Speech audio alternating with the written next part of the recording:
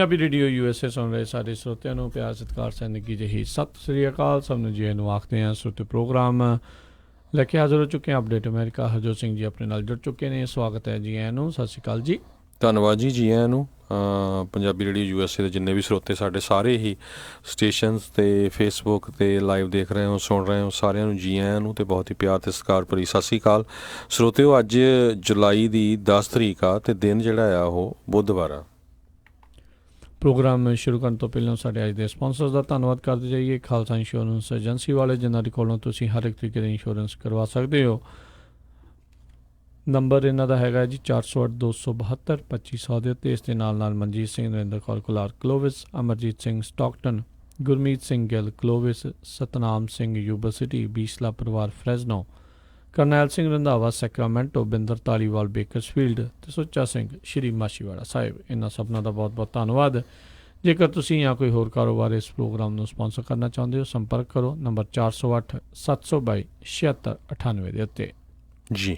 ਅਤੇ ਅੱਜ ਦੀਆਂ ਖਬਰਾਂ ਵੱਲ ਆਈਏ। ਸਭ ਤੋਂ ਪਹਿਲੀ ਜਿਹੜੀ ਖਬਰ ਆ ਰਹੀ ਆ, ਜਿਹੜੇ ਫੈਡ ਚੇਅਰਮੈਨ ਹੈਗੇ ਆ ਪਾਵਲ, ਉਹਨਾਂ ਨੇ ਇਸ਼ਾਰਾ ਕੀਤਾ ਆ ਵੀ ਇੰਟਰਸਟ ਰੇਟ ਜਿਹੜੇ ਆ ਉਹ ਘਟਾਏ ਜਾਣਗੇ। ਸੋ ਉਹਦੇ ਨਾਲ ਜਿਹੜੇ ਸਟਾਕਸ ਆ ਉਹ ਕਾਫੀ ਉੱਪਰ ਗਏ ਹੈਗੇ, ਰੈਲੀ ਕਰ ਗਏ ਆ। ਫੈਡਰਲ ਰਿਜ਼ਰਵ ਦੇ ਚੇਅਰਮੈਨ ਜੇਰੋਮੀ ਪਾਵਲ ਜਿਹੜੇ ਆ, ਉਹਨਾਂ ਨੇ ਟੈਸਟੀਫਾਈ ਕੀਤਾ ਵੀ ਜਿਹੜੀ US ਦੀ ਇਕੋਨਮੀ ਆ, ਚਾਹੇ ਉਹਨੂੰ ਚੈਲੰਜਸ ਫੇਸ ਕਰਦੇ ਹੈਗੇ ਆ, ਅਤੇ ਜਿਹੜੀ ਸੈਂਟਰਲ ਬੈਂਕ ਆ ਇਸ ਦੇ ਮੱਦੇ ਨਜ਼ਰ ਰੱਖਦੇ ਹੋਏ ਇੰਟਰਸਟ ਰੇਟ ਇਸ ਮਹੀਨੇ ਦੇ ਅਖੀਰ ਵਿੱਚ ਘਟਾ ਦੇਵੇਗੀ। ਮੇਬੀ 1/4% ਹੋ ਸਕਦਾ ਆ। ਸੋ ਇਹਦੇ ਨਾਲ ਜਿਹੜੀ ਆ ਡਾਓ ਜੋਨ ਇੰਡਸਟਰੀਅਲ ਲਗਭਗ 150 ਪੁਆਇੰਟ ਉੱਪਰ ਚਲੇ ਗਈ। ਜੀ ਬਿਲਕੁਲ। ਇਹ ਇਹਨਾਂ ਨੇ ਅੱਜ ਇੱਕ ਜਿਹੜੀ ਆ ਕਮੇਟੀ ਦੇ ਸਾਹਮਣੇ ਜਿਹੜੇ ਆ ਉਹ ਪੇਸ਼ ਹੋਏ ਸੀ ਕਾਂਗਰਸ ਦੇ ਸਾਹਮਣੇ। ਉਸ ਦੇ ਵਿੱਚ ਗੱਲਬਾਤ ਕਰਦੇ ਹੋਏ ਉਹਨਾਂ ਨੇ ਇਸ਼ਾਰਾ ਕੀਤਾ ਵੀ ਇੰਟਰਸਟ ਰੇਟ ਜਿਹੜੇ ਆ ਘਟਾਏ ਜਾ ਸਕਦੇ ਆ। ਸੋ ਇਸ ਦਾ ਅਸਰ ਜਿਹੜਾ ਹਾਊਸਿੰਗ ਮਾਰਕੀਟ ਦੇ ਉੱਤੇ ਡੈਫੀਨੇਟਲੀ ਇੱਕ ਗੁੱਡ ਤੌਰ ਦੇ ਉੱਤੇ ਦੇਖਿਆ ਜਾਊਗਾ। ਬਹੁਤ ਸਾਰੇ ਜਿਹੜੇ ਲੋਕ ਘਰ ਖਰੀਦਣਾ ਚਾਹੁੰਦੇ ਨੇ, ਉਹਨਾਂ ਦੇ ਲਈ ਜੇ ਇੰਟਰਸਟ ਰੇਟ ਘਟਦਾ ਆ ਤਾਂ ਕਾਫੀ ਜਿਹੜੇ ਆ ਉਹ ਲੋਕ ਘਰ ਖਰੀਦਣ ਵੱਲ ਨੂੰ ਜਿਹੜਾ ਵੱਧ ਸਕਦੇ ਆ। ਸੋ ਇਸ ਟਾਈਮ ਜਿਹੜੀ ਕਿ ਇੱਕ ਬਾਇਰ ਮਾਰਕੀਟ ਜਿਹੜੀ ਬਣੀ ਸੀਗੀ, ਬਾਅਦ ਦੇ ਵਿੱਚ ਇਹ ਮੁੜ ਕੇ ਦੁਬਾਰਾ ਸੈਲਰ ਮਾਰਕੀਟ ਵਾਲੇ ਪਾਸੇ ਨੂੰ ਇੱਕ ਕਦਮ ਉਸ ਦੇ ਮਾਰਕੀਟ ਦੇ ਜਿਹੜੇ ਹੋ ਸਕਦੇ ਆ, ਕਿਉਂਕਿ ਇੱਕ ਟਾਈਮ 'ਤੇ ਆਪਾਂ ਦੇਖਿਆ ਵੀ ਸੈਲਰ ਮਾਰਕੀਟ ਸੀ ਅਤੇ ਬਾਇਰ ਇੱਕ ਘਰ ਦੇ ਲਈ ਜਿਹੜੇ ਆ ਉਹ ਲੜ ਰਹੇ ਸੀਗੇ, ਸੈਲਰ ਦੀਆਂ ਜਿਹੜੀਆਂ ਮੌਜਾਂ ਸੀ। ਫਿਰ ਬਾਅਦ ਦੇ ਵਿੱਚ ਘਰ ਇੰਨੇ ਕੁ ਜ਼ਿਆਦਾ ਲੱਗ ਗਏ ਵੀ ਬਾਇਰ ਘਟ ਗਿਆ, ਅਤੇ ਹੁਣ ਇਸ ਜਿਹੜੇ ਹਿੰਟ ਦੇ ਨਾਲ ਇੱਦਾਂ ਲੱਗ ਰਿਹਾ ਆ ਵੀ ਮੁੜ ਕੇ ਦੁਬਾਰਾ ਕਾਫੀ ਜ਼ਿਆਦਾ ਜਿਹੜੇ ਘਰ ਆ ਉਹ ਵਿਕ ਸਕਦੇ ਨੇ, ਕਿਉਂਕਿ ਇੱਕ ਅਮਰੀਕਨ ਡਰੀਮ ਹੁੰਦਾ ਆ ਬਹੁਤ ਸਾਰੇ ਲੋਕਾਂ ਦਾ ਵੀ ਆਪਣਾ ਜਿਹੜਾ ਘਰ ਹੋਵੇ। ਅਤੇ ਇਹਦੇ ਨਾਲ ਇਹ ਵੀ ਹੈ ਹਰਜੋਤ ਸਿੰਘ ਜੀ, ਦਾਮ ਮਹਿੰਗੇ ਵੀ ਹੋ ਸਕਦੇ ਨੇ। ਫਿਰ ਇੱਕ ਵਾਰੀ ਜਿਹੜੇ ਘਰਾਂ ਦੀਆਂ ਕੀਮਤਾਂ ਜਿਹੜੀਆਂ ਆ ਉਹ ਹੋਰ ਮਹਿੰਗੀਆਂ ਦੁਬਾਰਾ ਹੋ ਸਕਦੀਆਂ ਨੇ। ਬਿਲਕੁਲ। ਪ੍ਰੈਜ਼ੀਡੈਂਟ ਜਿਹੜੇ ਡੋਨਲਡ ਟਰੰਪ ਆ, ਉਹਨਾਂ ਨੇ ਬਾਰ-ਬਾਰ ਇਹ ਕਿਹਾ ਸੀ ਵੀ ਜਿਹੜੀ US ਇਕੋਨਮੀ ਆ ਬਹੁਤ ਤੇਜ਼ ਚੱਲ ਰਹੀ ਹੈਗੀ ਆ, ਅਤੇ ਫੈਡਰਲ ਰਿਜ਼ਰਵ ਬੋਰਡ ਨੂੰ ਜਿਹੜਾ ਇੰਟਰਸਟ ਰੇਟ ਲੋਅਰ ਕਰ ਦੇਣਾ ਚਾਹੀਦਾ। ਅਤੇ ਜੇ ਉਹ ਲੋਅਰ ਕਰ ਦੇਣ ਅਤੇ ਕਹਿੰਦੇ ਵੀ ਜਿੰਨੀ ਤੇਜ਼ ਨਾਲ ਜਿਹੜੀ ਇਕੋਨਮੀ ਚੱਲ ਰਹੀ ਆ, ਇਹ ਮੇਬੀ ਲਾਈਕ ਇਹ ਰੌਕਟ ਸ਼ਿਪ ਹੋਊਗੀ। ਇਹ ਉਹਨਾਂ ਨੇ ਪਿਛਲੇ ਵੀਕ ਕਿਹਾ ਸੀ। ਪਰ ਕਹਿੰਦੇ ਵੀ ਜਿਹੜੇ ਫੈਡ ਦੇ ਚੇਅਰਮੈਨ ਆ, ਉਹਨਾਂ ਨੂੰ ਪਤਾ ਨਹੀਂ ਵੀ ਉਹ ਕੀ ਕਰ ਰਹੇ ਆ। ਪਰ ਜਿਹੜੇ ਹੁਣ ਪਾਵਲ ਹੈਗੇ ਆ, ਉਹਨਾਂ ਨੇ ਜਿਹੜਾ ਆ ਸਟ੍ਰੈਸ ਕੀਤਾ ਆਲਵੇਜ਼ ਵੀ ਮੈਂ ਇੰਡੀਪੈਂਡੈਂਟ ਹੈਗਾ ਆ ਪੋਲੀਟੀਕਲ ਪ੍ਰੈਸ਼ਰ ਤੋਂ, ਪਰ ਉਹ ਇੰਟਰਸਟ ਰੇਟ ਘਟਾਉਣ ਜਾ ਰਹੇ ਹੈਗੇ ਆ। ਜੀ ਅਗਲੀ ਜਿਹੜੀ ਆ ਗੱਲ ਕਰਦੇ ਹਾਂ, ਅਪੀਲ ਕੋਰਟਸ ਨੇ ਜਿਹੜੇ ਲਾ ਸੂਟ ਸੀਗੇ ਪ੍ਰੈਜ਼ੀਡੈਂਟ ਟਰੰਪ ਦੇ DC ਹੋਟਲ ਨੂੰ ਲੈ ਕੇ, ਉਹ ਸਾਰੇ ਜਿਹੜੇ ਕੇਸ ਆ ਇੱਕ ਹਿਸਾਬ ਦੇ ਨਾਲ ਡਿਸਮਿਸ ਕਰ ਦਿੱਤੇ ਆ। ਫੈਡਰਲ ਅਪੀਲ ਕੋਰਟ ਨੇ ਅੱਜ ਜਿਹੜਾ ਬੁੱਧਵਾਰ ਨੂੰ ਰਾਸ਼ਟਰਪਤੀ ਟਰੰਪ ਦੇ ਹੱਕ ਦੇ ਵਿੱਚ ਇਹ ਫੈਸਲਾ ਆ ਉਹ ਸੁਣਾਇਆ। ਅਤੇ ਲਾ ਸੂਟ ਜਿਹੜਾ ਫਾਈਲ ਕੀਤਾ ਗਿਆ ਸੀਗਾ ਵੀ ਰਾਸ਼ਟਰਪਤੀ ਟਰੰਪ ਜਿਹੜੇ ਗੈਰ ਕਾਨੂੰਨੀ ਢੰਗ ਦੇ ਨਾਲ ਫੋਰਨ ਅਤੇ ਸਟੇਟ ਗੌਰਮੈਂਟ ਦੇ ਵਿਜ਼ਟਰਸ ਦੇ ਕੋਲੋਂ ਮੁਨਾਫਾ ਜਿਹੜਾ ਆ ਆਪਣੇ ਇਸ ਹੋਟਲ ਦੇ ਜ਼ਰੀਏ ਜਿਹੜੇ ਉਹ ਕਮਾ ਰਹੇ ਨੇ। ਇਸ ਕੇਸ ਨੂੰ ਸੁਣਨ ਤੋਂ ਹੀ ਜਿਹੜਾ ਆ US ਕੋਰਟ ਆਫ ਅਪੀਲਸ ਜਿਹੜਾ 4th ਸਰਕਟ ਹੈਗਾ ਆ, ਉਸ ਨੇ ਜਿਹੜਾ ਉਹ ਰੱਦ ਕਰ ਦਿੱਤਾ ਯੂਨੈਨਿਮਸ ਰੂਲਿੰਗ ਦੇ ਵਿੱਚ। ਵੀ ਸਾਰੇ ਜਾਣੇ ਜਿਹੜੇ ਇਸ ਚੀਜ਼ ਦੇ ਵਿੱਚ ਮੰਨਦੇ ਸੀਗੇ ਵੀ ਇਹ ਜਿਹੜੇ ਦੋਸ਼ ਆ ਕਿਸੇ ਨਾ ਕਿਸੇ ਤਰੀਕੇ ਦੇ ਨਾਲ ਕੋਈ ਇਸ ਦੀ ਧਾਰ ਜਿਹੜੀ ਹੈ ਨਹੀਂ ਹੈ, ਕੋਈ ਧਾਰਾ ਨਹੀਂ ਹੈਗੀ। ਇਸ ਕੇਸ ਨੂੰ ਬਣਾਉਣ ਵਾਲੇ ਜਿਹੜੇ attorney general Maryland district of Columbia ਦੇ ਸੀਗੇ, ਅਤੇ ਨਾਲ ਐਂਟੀ ਕਰਪਸ਼ਨ ਪ੍ਰੋਵੀਜ਼ਨਸ ਜਿਹੜੀਆਂ ਉਹਨਾਂ ਨੇ ਇਸ ਐਮੂਲਮੈਂਟ ਜਿਹੜੇ ਆ ਉਹ ਕਲੌਜ਼ਸ ਦੇ ਵਿੱਚ ਜਿਹੜੀਆਂ ਲਾਈਆਂ ਸੀ। ਪਰ ਇਹ 3 ਜੱਜਾਂ ਦੇ ਪੈਨਲ ਨੇ ਇਸ ਕੇਸ ਨੂੰ ਡਿਸਮਿਸ ਕਰ ਦਿੱਤਾ ਆ। ਜੀ ਅਗਲੀ ਖਬਰ ਵੱਲ ਚੱਲੀਏ। ਜਿਹੜੇ ਯੂਕੇ ਦੇ ਅੰਬੈਸਡਰ USA ਦੇ ਵਿੱਚ ਸੀਗੇ, ਉਹਨਾਂ ਦੀ ਲੇਟੈਸਟ ਖਬਰ ਆ ਰਹੀ ਆ ਕਿਮ ਡੈਰਿਚ ਜਿਹੜੇ ਆ ਉਹਨਾਂ ਨੇ ਹੁਣ ਰਿਜ਼ਾਈਨ ਕਰ ਦਿੱਤਾ।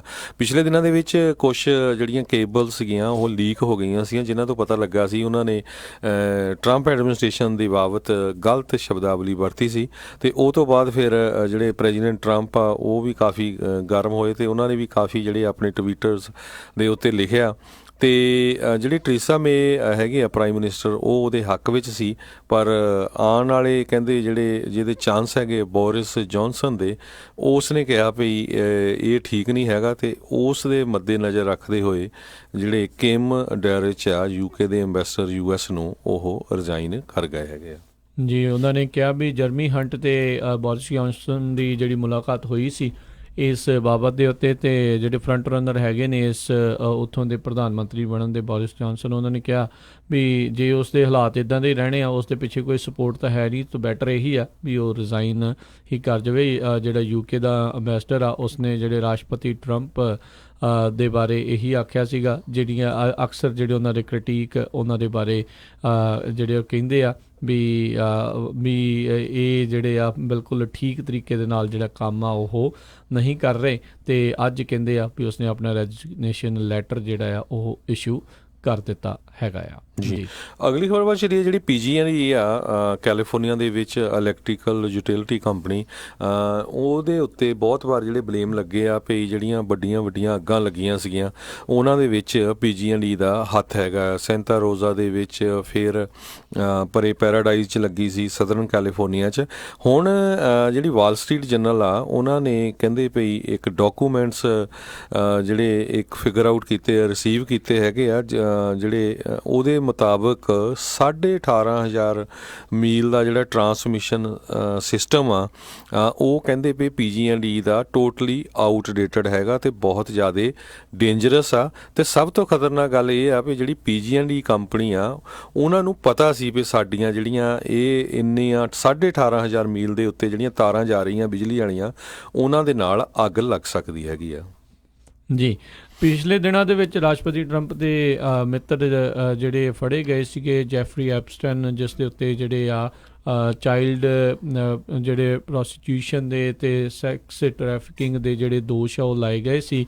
ਉਸ ਬਾਬਤ ਦੇ ਵਿੱਚ ਇੱਕ ਹੋਰ ਇੱਕ ਬੀਬੀ ਜਿਹੜੀ ਉਹ ਸਾਹਮਣੇ ਆਈ ਆ, ਜਿਸ ਨੇ ਕਿਹਾ ਆ, ਇਸ ਨੇ ਕਥਿਤ ਤੌਰ ਦੇ ਉੱਤੇ ਇਲਜ਼ਾਮ ਲਾਇਆ ਵੀ ਜਿਹੜਾ ਜੈਫਰੀ ਐਪਸਟਾਈਨ ਆ ਉਸ ਨੇ ਜਦ ਉਹ 15 ਸਾਲਾਂ ਦੀ ਸੀ ਉਸ ਦੇ ਨਾਲ ਬਲਾਤਕਾਰ ਕੀਤਾ ਹੈ। ਜੈਨੀਫਰ ਐਰੋਜ਼ ਨਾਂ ਦੀ ਇਹ ਬੀਬੀ NBC ਦੇ ਟੂਡੇ ਸ਼ੋਅ ਦੇ ਉੱਤੇ ਆ ਕੇ ਉਸਨੇ ਜਿਹੜੀ ਇੰਟਰਵਿਊ ਦੇ ਵਿੱਚ ਇਹ ਗੱਲ ਕੀਤੀ। ਕਹਿੰਦੀ ਮੈਨਹੈਟਨ ਦੇ ਘਰ ਦੇ ਵਿੱਚ ਜਿਹੜਾ ਜੈਫਰੀ ਐਪਸਟਾਈਨ ਆ ਜਦੋਂ 14 ਸਾਲ ਦੀ ਸੀਗੀ, ਉਸ ਤੋਂ ਉਸਨੇ ਜਿਹੜੇ ਇਸ ਦੇ ਨਾਲ ਇੱਕ ਕਰਮ ਜਿਹੜਾ ਉਹ ਕੀਤਾ ਆ। ਅਤੇ ਕਹਿੰਦੀ ਮੈਂ 14 ਸਾਲ ਦੀ ਸੀ, ਮੈਨੂੰ ਕੁਛ ਨਹੀਂ ਸੀ ਉਸ ਟਾਈਮ ਦੇ ਉੱਤੇ ਪਤਾ। ਅਤੇ ਕਹਿੰਦੀ ਵੀ ਇਹ ਇਸ ਤੋਂ ਪਹਿਲਾਂ ਕਹਿੰਦੇ ਮੈਨੂੰ ਸਕੂਲ ਦੇ ਬਾਹਰੋਂ ਇੱਕ ਰਿਕਰੂਟਰ ਜਿਹੜਾ ਆ ਉਹ ਉਸ ਦੇ ਵੱਲੋਂ ਜਿਹੜਾ ਆਇਆ ਸੀਗਾ, ਅਤੇ ਉਹਨੇ ਮੈਨੂੰ ਇੱਕ ਹਿਸਾਬ ਦੇ ਨਾਲ ਹਾਇਰ ਕੀਤਾ ਸੀ, ਮਸਾਜ ਕਰਨ ਦੇ ਬਹਾਨੇ ਦੇ ਨਾਲ ਇਸ ਪਾਸੇ ਵੱਲ ਨੂੰ ਲਿਆਂਦਾ, ਅਤੇ ਬਾਅਦ ਦੇ ਵਿੱਚ ਮੇਰੇ ਨਾਲ ਉਸਨੇ ਕੁਕਰਮ ਕੀਤਾ ਆ। ਸੋ ਇਹ ਹੁਣ ਇੱਕ ਨਵਾਂ ਇਲਜ਼ਾਮ ਇਸ ਦੇ ਉੱਤੇ ਇਸ ਬੀਬੀ ਦੇ ਵੱਲੋਂ ਜਿਹੜਾ ਆਇਆ ਆ, ਇਹ ਸਾਰਿਆਂ ਦੇ ਸਾਹਮਣੇ ਹੁਣ ਆਈ ਆ।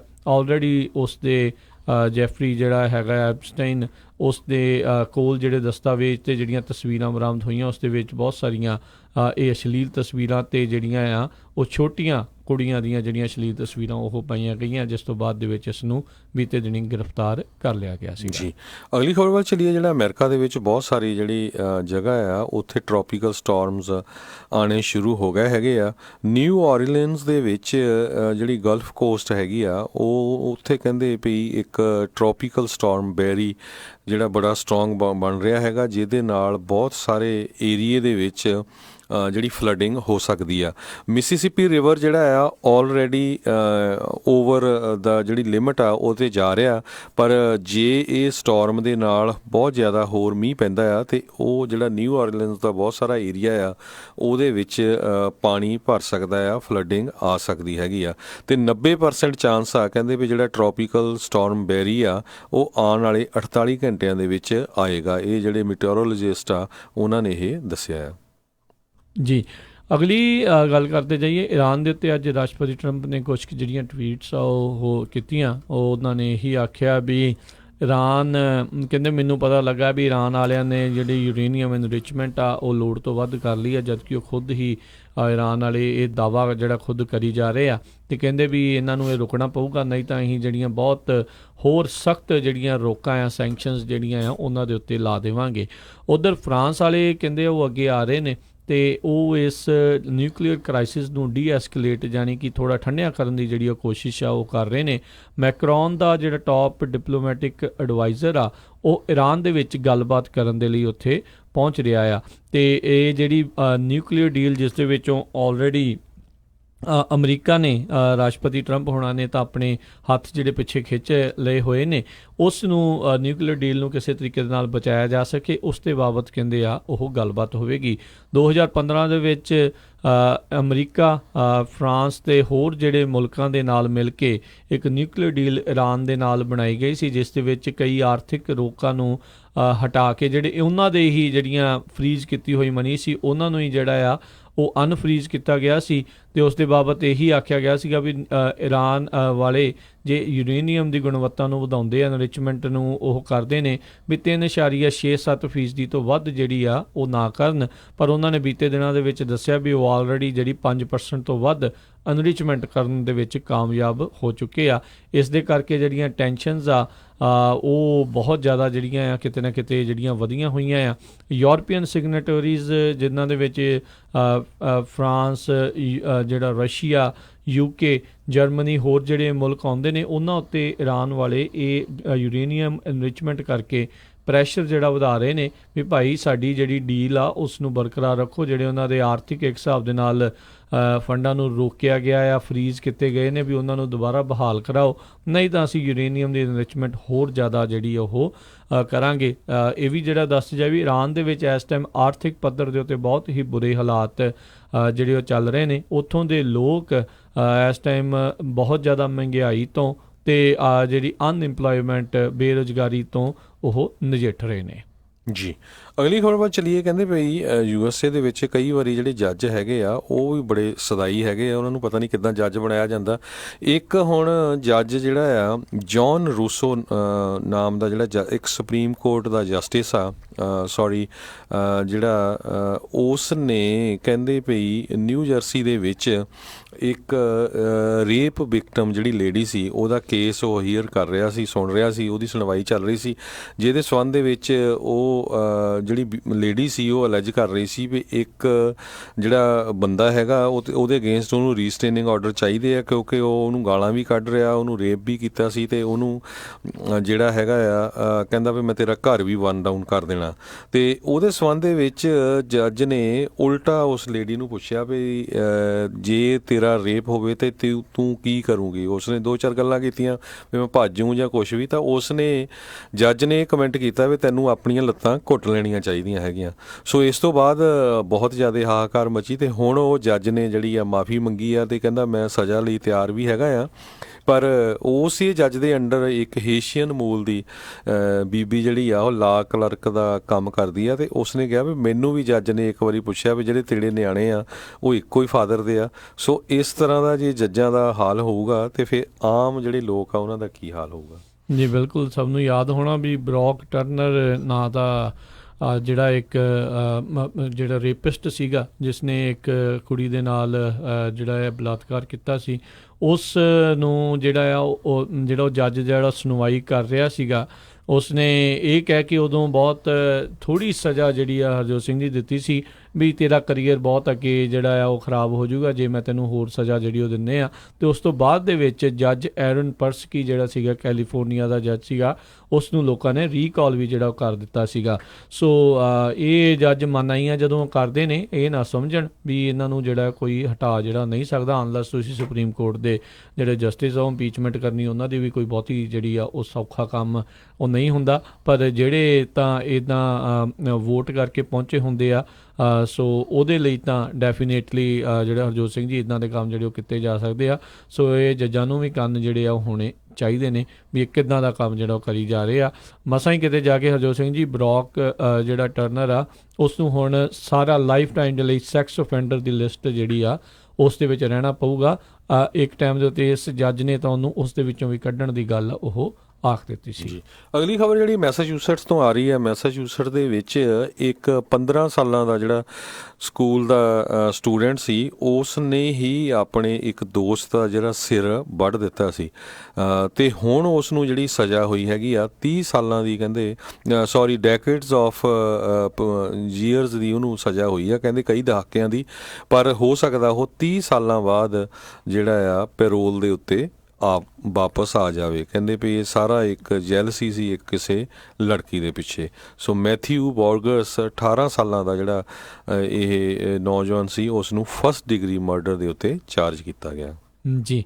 ਅਗਲੀ ਜਿਹੜੀ ਖਬਰ ਗੱਲ ਕਰਦੇ ਹਾਂ, ਜਰਮਨੀ ਦੀ ਜਿਹੜੀ ਚਾਂਸਲਰ ਹੈਗੀ ਆ ਐਂਜਲਾ ਮਰਕਲ, ਉਸ ਦੀ ਹੈਲਥ ਨੂੰ ਲੈ ਕੇ, ਉਸ ਦੀ ਸਿਹਤ ਨੂੰ ਲੈ ਕੇ ਤਰ੍ਹਾਂ ਤਰ੍ਹਾਂ ਦੀਆਂ ਕਿਆਸਰਾਈਆਂ ਜਿਹੜੀਆਂ ਚੱਲ ਰਹੀਆਂ। ਆਲਰੇਡੀ 1 ਮਹੀਨੇ ਦੇ ਵਿੱਚ 2 ਵਾਰੀ ਇਸ ਨੂੰ ਬੁਰੀ ਤਰ੍ਹਾਂ ਕੰਬਦੇ ਹੋਏ ਵੱਖ-ਵੱਖ ਪਬਲਿਕ ਸਟੇਜਾਂ ਦੇ ਉੱਤੇ ਦੇਖਿਆ ਗਿਆ। ਅਤੇ ਕਹਿੰਦੇ ਕੱਲ੍ਹ ਜਦੋਂ ਫਿਨਲੈਂਡ ਦੇ ਪ੍ਰਾਈਮ ਮਿਨਿਸਟਰ ਐਂਟੀ ਰੀਨੇ ਦੇ ਨਾਲ ਖੜੇ ਸੀ ਤਾਂ 64 ਸਾਲਾਂ ਦੀ ਐਂਜਲਾ ਮਰਕਲ ਉਸ ਟਾਈਮ ਦੇ ਉੱਤੇ ਵੀ ਉਸ ਨੂੰ ਕੰਬਣੀ ਜਿਹੜੀ ਆ ਉਹ ਛਿੜੀ ਹੋਈ ਸੀ। ਉਸ ਤੋਂ ਬਾਅਦ ਦੇ ਵਿੱਚ ਐਂਜਲਾ ਮਰਕਲ ਨੇ ਤਾਂ ਕਿਹਾ ਵੀ ਮੈਂ ਫਾਈਨ ਹਾਂ, ਵੀ ਮੈਂ ਠੀਕ ਹਾਂ ਅਤੇ ਜੋ ਵੀ ਕੁਛ ਹੈਗਾ ਉਸ ਦੇ ਵਿੱਚੋਂ ਮੈਂ ਜਲਦੀ ਠੀਕ ਹੋ ਜਾਊਂਗੀ। ਅਤੇ ਪਰ ਜਿਹੜਾ ਲੋਕ ਆ ਉਸ ਦੀ ਸਿਹਤ ਨੂੰ ਲੈ ਕੇ ਹੁਣ ਚਿੰਤਾ ਆ ਉਹ ਜਤਾ ਰਹੇ ਨੇ। ਯਾਦ ਹੋਣਾ ਹਰਜੋਤ ਸਿੰਘ ਜੀ, ਅੱਜ ਤੋਂ ਕੁਛ ਕੁ ਮਹੀਨੇ ਪਹਿਲਾਂ ਖਬਰ ਆਈ ਸੀ ਵੀ ਐਂਜਲਾ ਮਰਕਲ ਦੀ ਜਿਹੜੀ ਪ੍ਰੋਟੇਜੀ ਸੀਗੀ ਜਿਸ ਨੂੰ ਉਹ ਤਿਆਰ ਕਰ ਰਹੀ ਸੀਗੀ ਉਹ ਪੂਰੀ ਤਰ੍ਹਾਂ ਰੈਡੀ ਨਾ ਹੋਣ ਦੇ ਕਰਕੇ ਇਸ ਨੇ ਜਿਹੜਾ ਆਪਣਾ ਚਾਂਸਲਰ ਦਾ ਅਹੁਦਾ ਆ ਉਸ ਨੂੰ ਆਪਣੇ ਕੋਲ ਹੀ ਰੱਖਿਆ ਸੀਗਾ ਅਤੇ ਉਸ ਨੂੰ ਅਜੇ ਸਾਰਿਆਂ ਦੇ ਸਾਹਮਣੇ ਉਹ ਪੇਸ਼ ਨਹੀਂ ਕਰ ਰਹੀ ਸੀ। ਸੋ ਹੁਣ ਇਹ ਦੇਖਣ ਵਾਲੀ ਗੱਲ ਰਹੂਗੀ ਐਂਜਲਾ ਮਰਕਲ ਜਿਹੜੀ ਵੈਸੇ ਵੀ ਉਹਨਾਂ ਨੂੰ ਇਮੀਗ੍ਰੇਸ਼ਨ ਦੇ ਮਾਮਲੇ ਦੇ ਵਿੱਚ ਹੋਰ ਯੂਰਪੀਅਨ ਸੰਘ ਦੇ ਕਈ ਮਾਮਲਿਆਂ ਦੇ ਵਿੱਚ ਉਹਨਾਂ 'ਤੇ ਕਾਫੀ ਦਬਾਅ ਆ ਅਤੇ ਹੁਣ ਸਿਹਤ ਦੇ ਚੱਲਦਿਆਂ ਜਿਹੜੀਆਂ ਬਹੁਤ ਸਾਰੀਆਂ ਨਵੀਆਂ ਹੁਣ ਗੱਲਾਂ ਉਹਨਾਂ ਦੇ ਬਾਬਤ ਛਿੜ ਰਹੀਆਂ ਆ ਵੀ ਇਸ ਦਾ ਅਸਰ ਆਉਣ ਵਾਲੇ ਸਮੇਂ ਦੇ ਵਿੱਚ ਇਹਨਾਂ ਦੇ ਪੋਲੀਟੀਕਲ ਕਰੀਅਰ ਦੇ ਉੱਤੇ ਕਿੱਦਾਂ ਦਾ ਰਹਿ ਸਕਦਾ ਹੈ ਜੀ। ਸੋ ਇੱਕ ਜਿਹੜੀ ਖਬਰ ਆ ਰਹੀ ਹੈ ਅਗਲੀ ਸਿੱਖਾਂ ਨਾਲ ਰਿਲੇਟਡ ਆ। ਕੈਨੇਡੀਅਨ ਸਿੱਖ ਆਰਗੇਨਾਈਜੇਸ਼ਨ ਜਿਹੜੀ ਸਿੱਖਸ ਫॉर ਜਸਟਿਸ ਆ ਉਹਨਾਂ ਨੇ ਕਹਿੰਦੇ ਪਈ ਇੰਡੀਅਨ ਗਵਰਨਮੈਂਟ ਨੂੰ $2.5 ਮਿਲੀਅਨ ਦਾ ਡੈਫੇਮੇਸ਼ਨ ਦਾ ਲਾ ਸੂਟ ਫਾਈਲ ਕੀਤਾ ਹੈਗਾ। ਉਹਨਾਂ ਨੇ ਕਿਹਾ ਵੀ ਉਹਨਾਂ ਨੂੰ ਬਿਨਾਂ ਕਿਸੇ ਗੱਲ ਤੋਂ ਇੰਡੀਆ ਦੀ ਗਵਰਨਮੈਂਟ ਵੱਲੋਂ ਬਦਨਾਮ ਕੀਤਾ ਜਾ ਰਿਹਾ ਅਤੇ ਇਸ ਦਾ ਅਸਰ ਕੈਨੇਡਾ ਦੇ ਵਿੱਚ ਆਉਣ ਵਾਲੀਆਂ ਇਲੈਕਸ਼ਨਾਂ ਉਹਦਾ ਰੀਜ਼ਨ ਦੱਸਿਆ ਗਿਆ ਹੈਗਾ। ਕਹਿੰਦੇ ਵੀ ਜਿਹੜੀ ਕੈਨੇਡਾ 'ਚ ਇਲੈਕਸ਼ਨ ਆਉਣੀਆਂ ਹੈਗੀਆਂ ਉਹਦੇ ਸੰਬੰਧ ਦੇ ਵਿੱਚ ਹੁਣ ਜੇ ਕੈਨੇਡਾ ਦੇ ਰਹਿ ਚੁੱਕੇ ਪ੍ਰਾਈਮ ਮਿਨਿਸਟਰ ਹਾਰਪਰ ਜਿਹੜੇ ਆ ਉਹ ਹੁਣ ਵੀ ਕੈਂਡੀਡੇਟ ਹੋ ਸਕਦੇ ਆ। ਉਹਨਾਂ ਨੂੰ ਗਲੋਬਲ ਇੰਡੀਆ ਅਵਾਰਡ ਨਾਲ ਸਨਮਾਨਿਤ ਕੀਤਾ ਗਿਆ ਸੀ, ਜਿਹੜੇ ਬਹੁਤ ਸਾਰੇ ਪ੍ਰੋ ਇੰਡੀਅਨ ਆਰਗੇਨਾਈਜੇਸ਼ਨਸ ਹੈਗੀਆਂ ਆ। ਸੋ ਇਸ ਦੇ ਸੰਬੰਧ ਦੇ ਵਿੱਚ ਜਿਹੜੇ ਜਤਿੰਦਰ ਸਿੰਘ ਗਰੇਵਾਲ ਇੱਕ ਇੰਟਰਨੈਸ਼ਨਲ ਪਾਲਿਸੀ ਡਾਇਰੈਕਟਰ ਹੈਗੇ ਸਿੱਖਸ ਫॉर ਜਸਟਿਸ ਦੇ, ਉਹਨਾਂ ਨੇ ਇਹ ਦੱਸਿਆ ਵੀ ਅਸੀਂ ਇੰਡੀਅਨ ਗਵਰਨਮੈਂਟ ਨੂੰ ਸੂ ਕੀਤਾ ਹੈਗਾ ਜੀ। ਅਤੇ ਹਰਜੋਤ ਸਿੰਘ ਜੀ ਇੱਥੇ ਆਪਾਂ ਇੱਕ ਬ੍ਰੇਕ ਵੀ ਲੈਣੀ ਆ। ਬ੍ਰੇਕ ਤੋਂ ਪਹਿਲਾਂ ਜਿਹੜੇ ਆ ਰਹੇ ਪੰਜਾਬੀ ਜਿਹੜੀ USA ਦੇ ਜਿਹੜੇ ਪ੍ਰੋਗਰਾਮ ਉਸ ਦੇ ਬਾਰੇ ਤੁਹਾਨੂੰ ਜਾਣਕਾਰੀ ਦਿੰਦੇ ਜਾਈਏ। 12, 13, 14 3 ਦਿਨ ਦੇ ਲਈ ਜਿਹੜੇ ਬਲਤੇਜ ਪੰਨੂ ਪੰਜਾਬੀ ਜਿਹੜੀ USA ਦੇ ਟੀਮ ਦੇ ਮੈਂਬਰ ਅਤੇ ਨਾਲ ਹੀ ਜਿਹੜੇ ਉੱਘੇ ਪੱਤਰਕਾਰ ਬਲਤੇਜ ਪੰਨੂ ਉਹ ਅਮਰੀਕਾ ਦੇ ਪਹਿਲੀ ਵਾਰੀ ਜਿਹੜੇ ਆ ਦੌਰੇ ਦੇ ਉੱਤੇ ਉਹ ਆ ਰਹੇ ਨੇ। 12 ਜੁਲਾਈ ਦਿਨ ਸ਼ੁੱਕਰਵਾਰ ਨੂੰ ਉਹ ਮਿਰਾਜ ਬੈਂਕਟ ਹਾਲ ਸੈਕਰਾਮੈਂਟੋ ਇਲਾਕੇ ਉਸ ਦੇ ਇਰਦ ਗਿਰਦ ਦੇ ਇਲਾਕਿਆਂ ਦੇ ਵਾਲੇ ਰੋਜ਼ਵਿਲ, ਐਂਟੀਲੋਪ, ਐਲਗਰੋਵ, ਵੈਸਟ ਸੈਕਰਾਮੈਂਟੋ ਵਾਲੇ ਜਿਹੜੇ ਯੂਬਾ ਸਿਟੀ ਹੋਰ ਇਰਦ ਗਿਰਦ ਦੇ ਇਲਾਕਿਆਂ ਵਾਲੇ ਜਿਹੜੇ ਆ ਉਹ ਇਸ ਪ੍ਰੋਗਰਾਮ ਦੇ ਵਿੱਚ ਸ਼ਿਰਕਤ ਜਿਹੜੇ ਉਹ ਕਰ ਸਕਦੇ ਨੇ। 12 ਜੁਲਾਈ ਨੂੰ ਜਿਹੜਾ ਇਹ ਪ੍ਰੋਗਰਾਮ ਹੋਣ ਜਾ ਰਿਹਾ ਹੈ ਮਿਰਾਜ ਬੈਂਕਟ ਹਾਲ ਦੇ ਵਿੱਚ ਸ਼ਾਮੀ 4 ਵਜੇ ਤੋਂ 6 ਵਜੇ ਦੇ ਦਰਮਿਆਨ ਹੋਵੇਗਾ। ਫਿਰ ਜਿਹੜਾ ਅਗਲਾ ਦਿਨ 13 ਜੁਲਾਈ ਨੂੰ ਜਿਹੜਾ ਇਹ ਪ੍ਰੋਗਰਾਮ ਬਲਤੇਜ ਪੰਨੂ ਹੋਣਾ ਦਾ ਉਹ ਫਰੈਜ਼ਨੋ ਅਤੇ ਉਸ ਦੇ ਇਰਦ ਗਿਰਦ ਦੇ ਇਲਾਕੇ ਬੇਕਰਸਫੀਲਡ, ਕਰਮਨ, ਸੈਂਗਰ, ਵਾਈਸੇਲੀਆ ਹੋਰ ਜਿਹੜੇ ਇਰਦ ਗਿਰਦ ਦੇ ਕਲੋਵਿਸ ਹੋਰ ਬਹੁਤ ਸਾਰੇ ਜਿਹੜੇ ਇਲਾਕੇ ਇਰਦ ਗਿਰਦ ਦੇ ਹੈਗੇ ਆ ਉਹ ਉੱਥੋਂ ਦੇ ਲੋਕ ਉੱਥੇ ਜਿਹੜਾ ਪਹੁੰਚ ਸਕਦੇ ਨੇ। 13 ਜੁਲਾਈ ਦਿਨ ਸ਼ਨੀਚਰਵਾਰ ਨੂੰ ਇਹ ਪ੍ਰੋਗਰਾਮ ਆ। ਪੰਜਾਬੀ ਰੇਡੀਓ USA ਦਾ ਜਿਹੜਾ ਫਰੈਜ਼ਨੋ ਦਾ ਸਟੂਡੀਓ ਆ 2125 ਨਾਰਥ ਬਾਰਟਨ ਐਵੀਨਿਊ ਫਰੈਜ਼ਨੋ ਦੇ ਵਿੱਚ, ਉੱਥੇ ਜਿਹੜਾ ਪੰਜਾਬੀ ਕਲਚਰ ਸੈਂਟਰ ਆ ਉਸ ਦੇ ਜਿਹੜੇ ਹਾਲ ਦੇ ਵਿੱਚ ਉਹ ਪ੍ਰੋਗਰਾਮ ਆ ਉਹ ਹੋਵੇਗਾ। ਸੋ ਆਪ ਸਭ ਨੂੰ ਉੱਥੇ ਆਉਣ ਦੇ ਲਈ ਵੀ ਸੱਦਾ ਆ। ਅਤੇ 14 ਤਰੀਕ ਨੂੰ ਦਿਨ ਐਤਵਾਰ ਨੂੰ 14 ਜੁਲਾਈ ਨੂੰ ਬੇ ਏਰੀਏ ਦੇ ਲੋਕਾਂ ਦੇ ਲਈ ਇੱਥੇ ਉਹਨਾਂ ਦੇ ਸਨਮੁਖ ਹੋਣਗੇ, ਉੱਥੇ ਰੂਬਰੂ ਹੋਣਗੇ। 14 ਜੁਲਾਈ ਦਿਨ ਐਤਵਾਰ ਨੂੰ ਗੁਰਦੁਆਰਾ ਸਿੰਘ ਸਭਾ ਮਲਪੀਟਸ 680 ਈਸਟ ਕੈਲਾਵਰਸ ਬੁਲੇਵਾਰਡ 680 ਦੇ ਬਿਲਕੁਲ ਨਾਲ ਹੀ ਹੈਗਾ ਗੁਰਦੁਆਰਾ ਸਾਹਿਬ। ਉੱਥੇ ਜਿਹੜੇ ਪਹੁੰਚਣਗੇ ਦੁਪਹਿਰ 1:30 ਤੋਂ ਜਿਹੜਾ ਆ ਉਹ 3 ਵਜੇ ਤੱਕ।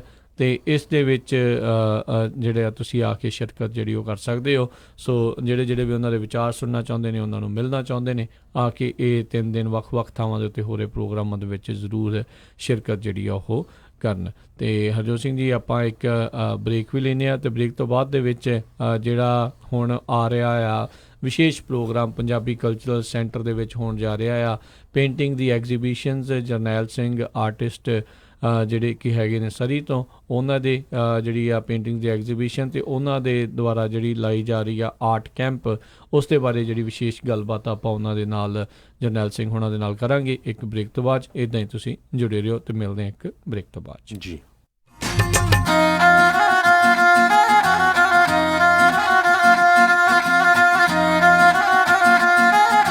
ਤੁਸੀਂ ਸੁਣ ਰਹੇ ਹੋ Punjabi radio USA KOBO Yuba city 1450 AM, KIID Sacramento 1470 AM, KWRU Fresno 1300 AM, KLHC Bakersfield 1350 AM।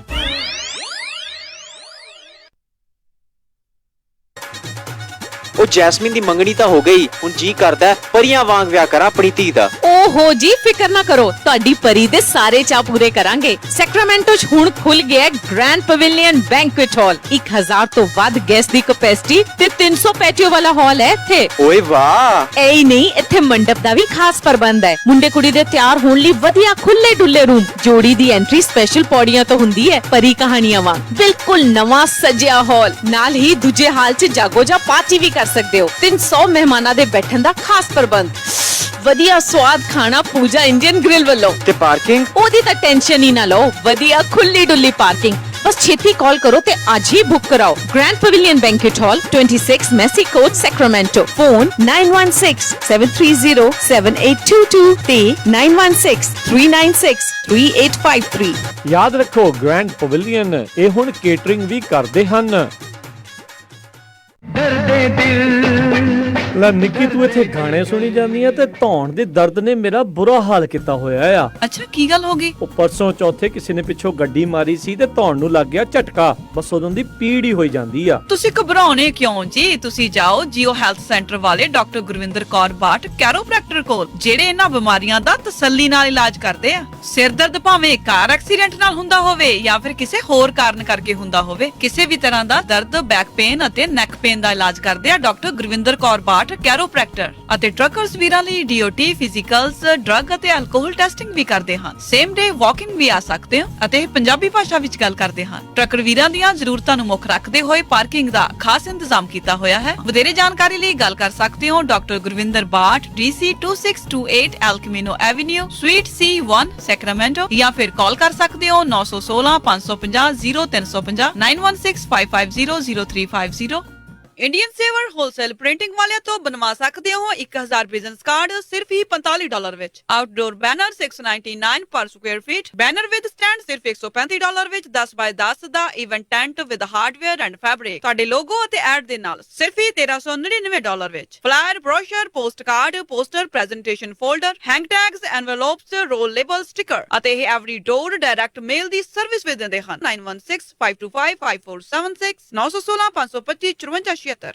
ਤੁਹਾਡੇ ਆਪਣੇ ਸ਼ਹਿਰ ਖੁੱਲ ਚੁੱਕੀ ਹੈ Fiji supermarket under new ownership, ਜਿਹਦਾ ਪਹਿਲਾ ਨਾਮ ਸਿੰਘ ਓਸ਼ੋਨੀਆ ਸੀ, ਜਿੱਥੋਂ ਲੈ ਸਕਦੇ ਹੋ ਫਿਜੀ, ਇੰਡੀਅਨ ਅਤੇ ਪਾਕਿਸਤਾਨੀ ਗਰੋਸਰੀ, ਹਰ ਇੱਕ ਤਰ੍ਹਾਂ ਦੇ ਮਸਾਲੇ, ਨੈਚੁਰਲ ਹਰਬਸ, ਮੀਟ, ਕਾਸਮੈਟਿਕ ਅਤੇ ਭਾਂਡੇ ਅਤੇ ਹਰ ਇੱਕ ਤਰ੍ਹਾਂ ਦੇ ਸਨੈਕਸ। ਤਾਜ਼ੀਆਂ ਸਬਜ਼ੀਆਂ ਹਰ ਰੋਜ਼ ਖਰੀਦ ਸਕਦੇ ਹੋ ਅਤੇ ਖੁੱਲੇ ਰਹਿੰਦੇ ਹਨ ਹਫਤੇ ਦੇ 7 ਦਿਨ, ਸਵੇਰੇ 10 ਵਜੇ ਤੋਂ ਸ਼ਾਮੀ 7 ਵਜੇ ਤੱਕ। ਵਧੇਰੇ ਜਾਣਕਾਰੀ ਲਈ ਗੱਲ ਕਰ ਸਕਦੇ ਹੋ 9166884116 916 688 4116। ਫਿਜੀ ਸੁਪਰਮਾਰਕਟ 6640 ਵੈਲੀ high drive, Sacramento।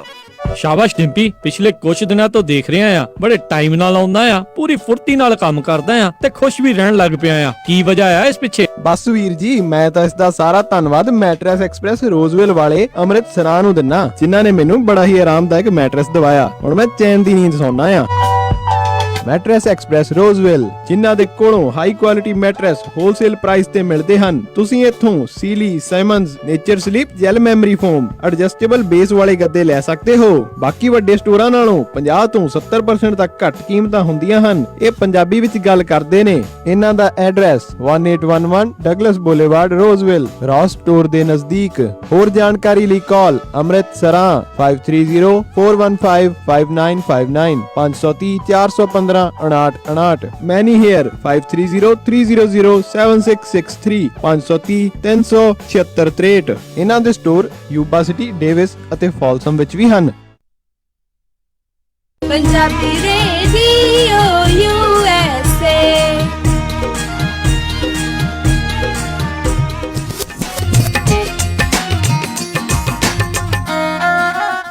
Punjabi radio USA ਸੁਣ ਰਹੇ ਸਾਰੇ ਹੀ ਮਾਣਯੋਗ ਅਤੇ ਸਤਿਕਾਰਤ ਸਰੋਤਿਆਂ ਨੂੰ ਇੱਕ ਵਾਰੀ ਫਿਰ ਨਿੱਘੀ ਜੀ ਆਇਆਂ ਨੂੰ ਸਭ ਦਾ ਸਵਾਗਤ ਹੈ। ਸਰੋਤਿਓ, ਪ੍ਰੋਗਰਾਮ ਦੇ ਵਿੱਚ ਪ੍ਰੋਗਰਾਮ ਚੱਲ ਰਿਹਾ ਜੀ ਅਪਡੇਟ ਅਮਰੀਕਾ। ਹਰਜੋਤ ਸਿੰਘ ਜੀ, ਜੀ ਆਇਆਂ ਨੂੰ ਸਵਾਗਤ ਹੈ ਜੀ। ਧੰਨਵਾਦ ਜੀ ਆਇਆਂ ਨੂੰ, ਤੇ ਸਾਰੇ ਹੀ ਸਰੋਤਿਆਂ ਨੂੰ ਬਹੁਤ ਹੀ ਪਿਆਰ ਤੇ ਸਤਿਕਾਰ ਭਰੀ ਸਤਿ ਸ੍ਰੀ ਅਕਾਲ। ਤੇ ਬਿਲਕੁਲ, ਜਿੱਦਾਂ ਸਰੋਤਿਓ ਆਪਾਂ ਬ੍ਰੇਕ ਤੋਂ ਪਹਿਲਾਂ ਦੱਸ ਰਹੇ ਸੀਗੇ ਵੀ ਹੁਣ ਆਪਾਂ ਜਿਹੜੀ ਗੱਲਬਾਤ ਆ ਉਹ ਵਿਸ਼ੇਸ਼ ਤੌਰ ਦੇ ਉੱਤੇ ਕਰਾਂਗੇ ਜਰਨੈਲ ਸਿੰਘ ਆਰਟਿਸਟ ਉਹਨਾਂ ਦੇ ਨਾਲ, ਜਿਨ੍ਹਾਂ ਦੀ ਬਹੁਤ ਹੀ ਜਲਦ ਜਿਹੜੀ ਐਗਜ਼ੀਬਿਸ਼ਨ, ਪੇਂਟਿੰਗ ਐਗਜ਼ੀਬਿਸ਼ਨ, ਨੁਮਾਇਸ਼ ਜਿਹੜੀ ਉਹ ਫਰੈਜ਼ਨੋ ਇਲਾਕੇ ਦੇ ਵਿੱਚ ਆ ਰਹੀ ਹੈ। ਅਤੇ ਨਾਲ ਹੀ ਉਹਨਾਂ ਦੀ ਜਿਹੜੀ ਵਾਈਫ ਅਤੇ ਜਿਹੜੀ ਉਹਨਾਂ ਦੀ ਬੇਟੀ ਆ, ਉਹਨਾਂ ਦੇ ਦੁਆਰਾ ਉੱਥੇ ਆਰਟ ਕੈਂਪ ਜਿਹੜਾ ਵਿਸ਼ੇਸ਼ ਤੌਰ ਦੇ ਉੱਤੇ ਲਗਾਇਆ ਜਾ ਰਿਹਾ ਆ।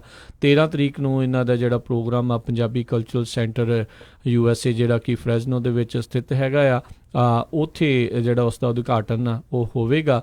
14, 15, 16, 17 4 ਦਿਨ ਦਾ ਫਿਰ ਬਾਅਦ ਦੇ ਵਿੱਚ ਨਾਲ ਕੈਂਪ ਹੋਵੇਗਾ। ਅਤੇ 5 ਦਿਨ ਜਿਹੜੀ ਐਗਜ਼ੀਬਿਸ਼ਨ ਆ ਉਹ ਸਾਰਿਆਂ ਦੇ ਲਈ ਜਿਹੜੀ ਉਹ ਖੁੱਲ੍ਹੀ ਰਹੇਗੀ ਆਲ ਦਾ ਟਾਈਮ। ਤੁਸੀਂ ਜਦੋਂ ਮਰਜ਼ੀ ਜਿਹੜਾ ਉੱਥੇ ਆ ਕੇ ਜਿਹੜਾ ਉਸ ਐਗਜ਼ੀਬਿਸ਼ਨ ਨੂੰ ਦੇਖ ਸਕਦੇ ਹੋ। ਅਤੇ ਆਓ ਆਪਾਂ ਜਿਹੜੀ ਉਹਨਾਂ ਦੇ ਨਾਲ ਜਿਹੜੀ ਉਹ ਗੱਲਬਾਤ ਕਰਦੇ ਹਾਂ। ਇਸ ਟਾਈਮ ਆਪਣੇ ਨਾਲ ਫੋਨ ਲਾਈਨ 'ਤੇ ਜਿਹੜੇ ਉਹ ਜੁੜ ਚੁੱਕੇ ਨੇ ਜਰਨੈਲ ਸਿੰਘ ਜੀ। ਨਿੱਘੀ ਜੀ ਆਇਆਂ ਨੂੰ ਸਵਾਗਤ ਹੈ ਪੰਜਾਬੀ ਰੇਡੀਓ USA ਦੇ ਉੱਤੇ। ਸਤਿ ਸ੍ਰੀ ਅਕਾਲ ਜੀ।